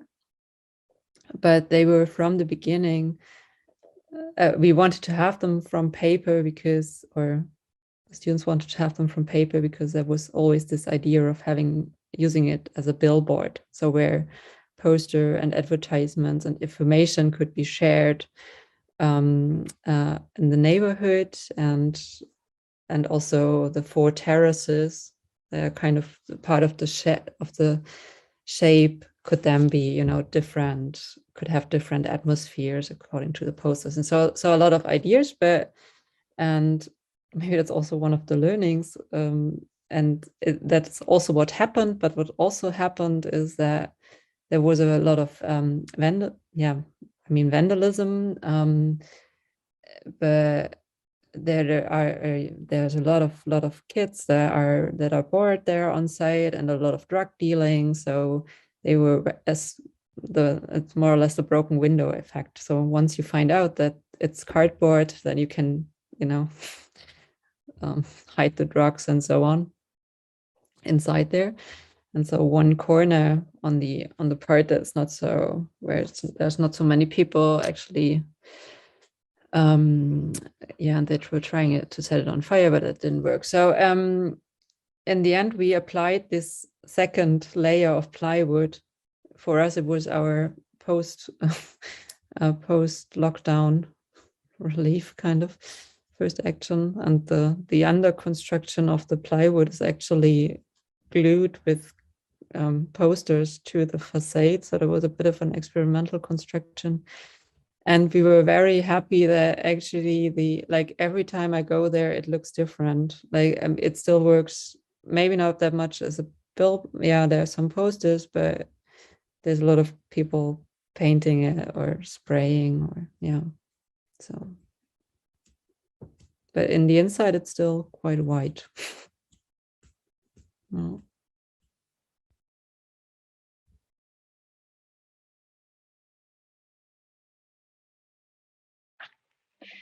So one of the things that has been kind of coming up perhaps throughout the whole day, but is this idea of partnerships and community relationships. And I know a lot of us don't, dive right into that trust right immediately. And I'm wondering if any of the projects could talk about what did you do, or what happened to get past that first, hi, I'm an architect, I'd like to work with you stage, and into this very trusting kind of relationship where you're really working closely with people. If you could talk to that trust building process.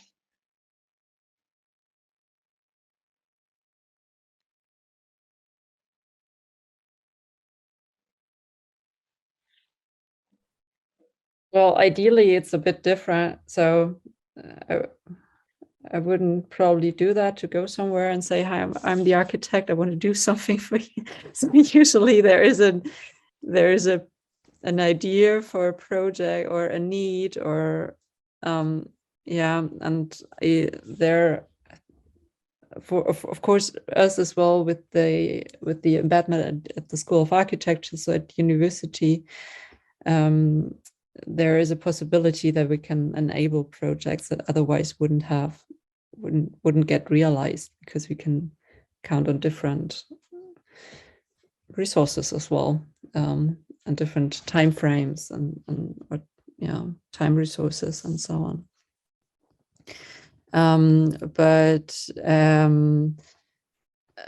It's still for every project a crucial point how this, or not crucial point, but maybe experience as well, how the relationship with the future users or client really evolves or develops. And there, as I mentioned before, I really think that time is crucial. Like you need time to build up trust, and you also need time to say, well, we are still there after the project is handed over and so on, because not everything might work or might function as it was hoped for. And yeah, that's maybe just a few thoughts on that. Yeah, I guess just from our perspective, and Harrison, I'm sure you can follow on from this, but I think for us, it really is a case of trying to break down barriers as quickly as possible. And a lot of that comes through, language to begin with. So if we're going somewhere, having someone who's native speaking, and obviously we've talked a lot about that already, and trying to get our point across, but also the language we use in terms of construction language and architectural language and the way that we present our work. But I think that's really secondary, all the stuff that's really specifically to do with the build itself, to the way in which we try to best immerse ourselves in the community itself. So with the Fiji projects, specifically, it's going and living in the houses with the community, not living in a hotel or a B&B down the road as a separate group, being accepted and asking for that acceptance and welcoming into the project through the ancient acts of Sevu Sevus and understanding what those mean and respecting those traditions and cultures, and also understanding and respecting all of the cultures and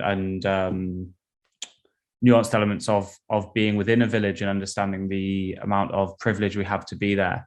But living with families and calling, as Harry mentioned, probably completely naturally in his presentation, calling the people you're living with your mother, your father, your brother, your sister. It might sound really trivial and really surface level, but actually the more you say it, the more you live together, the more you wash your clothes together and cook your food together and eat together, it really does become a really strong bond. And I think that Harrison would agree, these bonds aren't just surface level, and that they are, as cheesy as it might sound or cliche as it might sound, they are for life. And we still talk to each other all the time. Whenever there's a big moment, a marriage or a child is born or a death, we're on the phone, FaceTiming, all these kinds of things. We've had children named after different members of the team, all these kinds of things. So the bonds really do exist from actually living together and understanding that the only way this building is going to get built is through everyone committing themselves wholly to the project, and that's a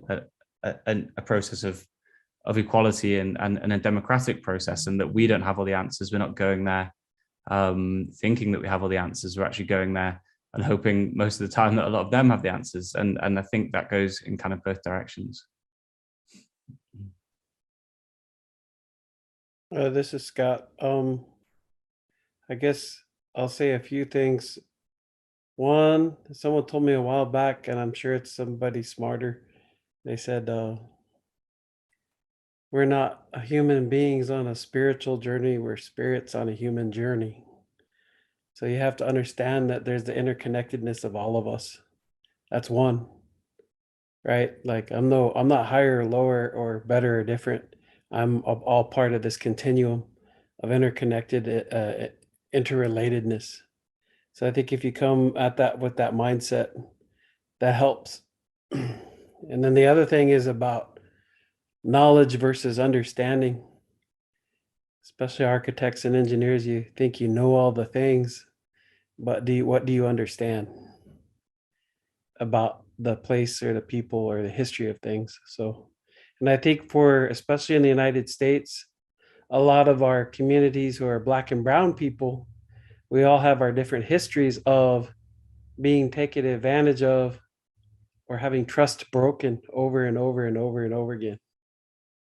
And so I think another thing for anyone who wants to engage in our communities is give yourself a history lesson at least, and try to understand like what led up to today, and try to imagine yourself, like I think Harry was just saying, I think it is important to think about the making of relations, like how do we make relatives, right? Like what if that was your mom or dad that had to go through that? or your great grandparents that went through all those things. And how many generations of not feeling like you can trust your new neighbors or those people over there. So I think having a sensitivity to what's gone on leading up to a point in time is important, but also to remember that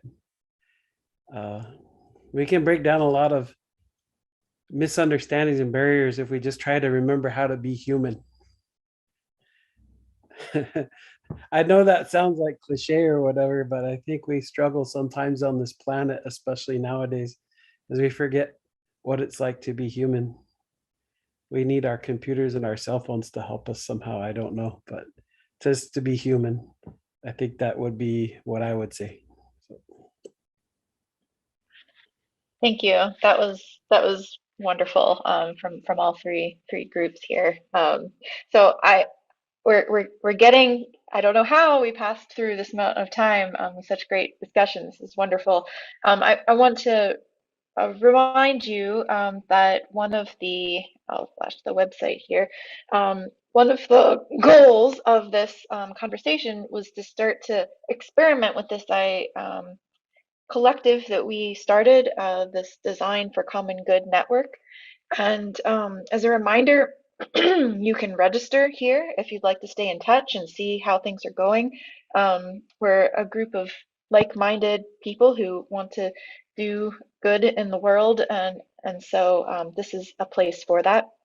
This is also the last day of the exhibit that is happening in Denver, and on that website there has the listing of the curated projects. If you haven't had a chance to kind of go through and see the different projects that were part of that exhibit, all of these projects all around the whole world that we're looking at how to design with the idea for this Design for Common Good philosophy in place here. So I have perhaps one last question for the folks who happen to be remaining. Is there anything about this Common Good platform that you're curious about that you'd like to see from us moving forward? Any ideas that you happen to have off the top of your head that could help all of us become better designers and serve the communities or enable the communities in the ways that that are better, that we can learn from each other? Nabeel?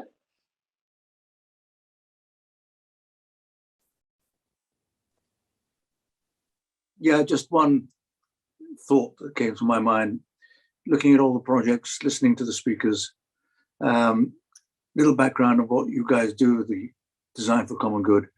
It would be wonderful to be able to draw some general principles out of all of these that you can share more broadly. It's always the case that with projects, with case studies, the tendency is for people to say, well, yes, that's great there, but we can't do that over here. And it's true. You know, there's no such thing as best practice, there's good practice. But principles, by definition, are universal truths. So what principles emerge from all these wonderful projects that are being done, from the exhibits that you're having, that actually can be shared more globally, across cultures and across nations? And that, I think, will be a wonderful task for you guys to do.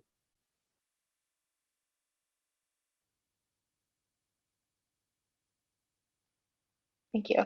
Any other thoughts? I would say simply keep content moving, right? You have a lot of great content right now that's static, and I don't mean that in a bad way, but it's there. But sometimes the best things is when you get updates or you see things like in the making, or I don't know, just some way to see that there's still movement and it's not stuck in a moment in time. So. I think, I don't know if Harrison would agree. I think from our end as well, just everything that is architecture adjacent. So not just the building, not just the process of the construction, but all the really rich things that we've talked about today beyond just like little stories about that. That doesn't have to be a building, or that doesn't have to be a project that's happened to talk about something that is related to a design project that's happened or is going to happen. It could just be a really short, quick story. That's always some of the most interesting things that we read as well.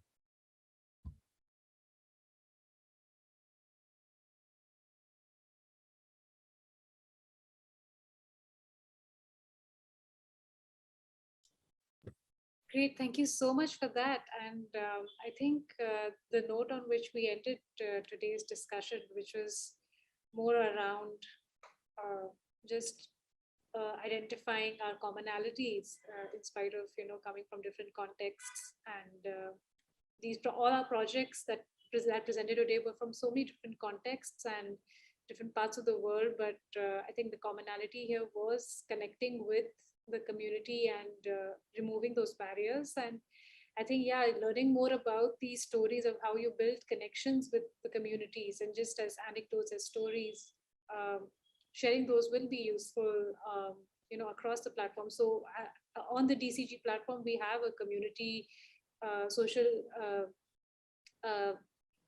social media feature, so to speak, where people can form groups and keep these discussions going. I think we have a lot to take away from today's discussions.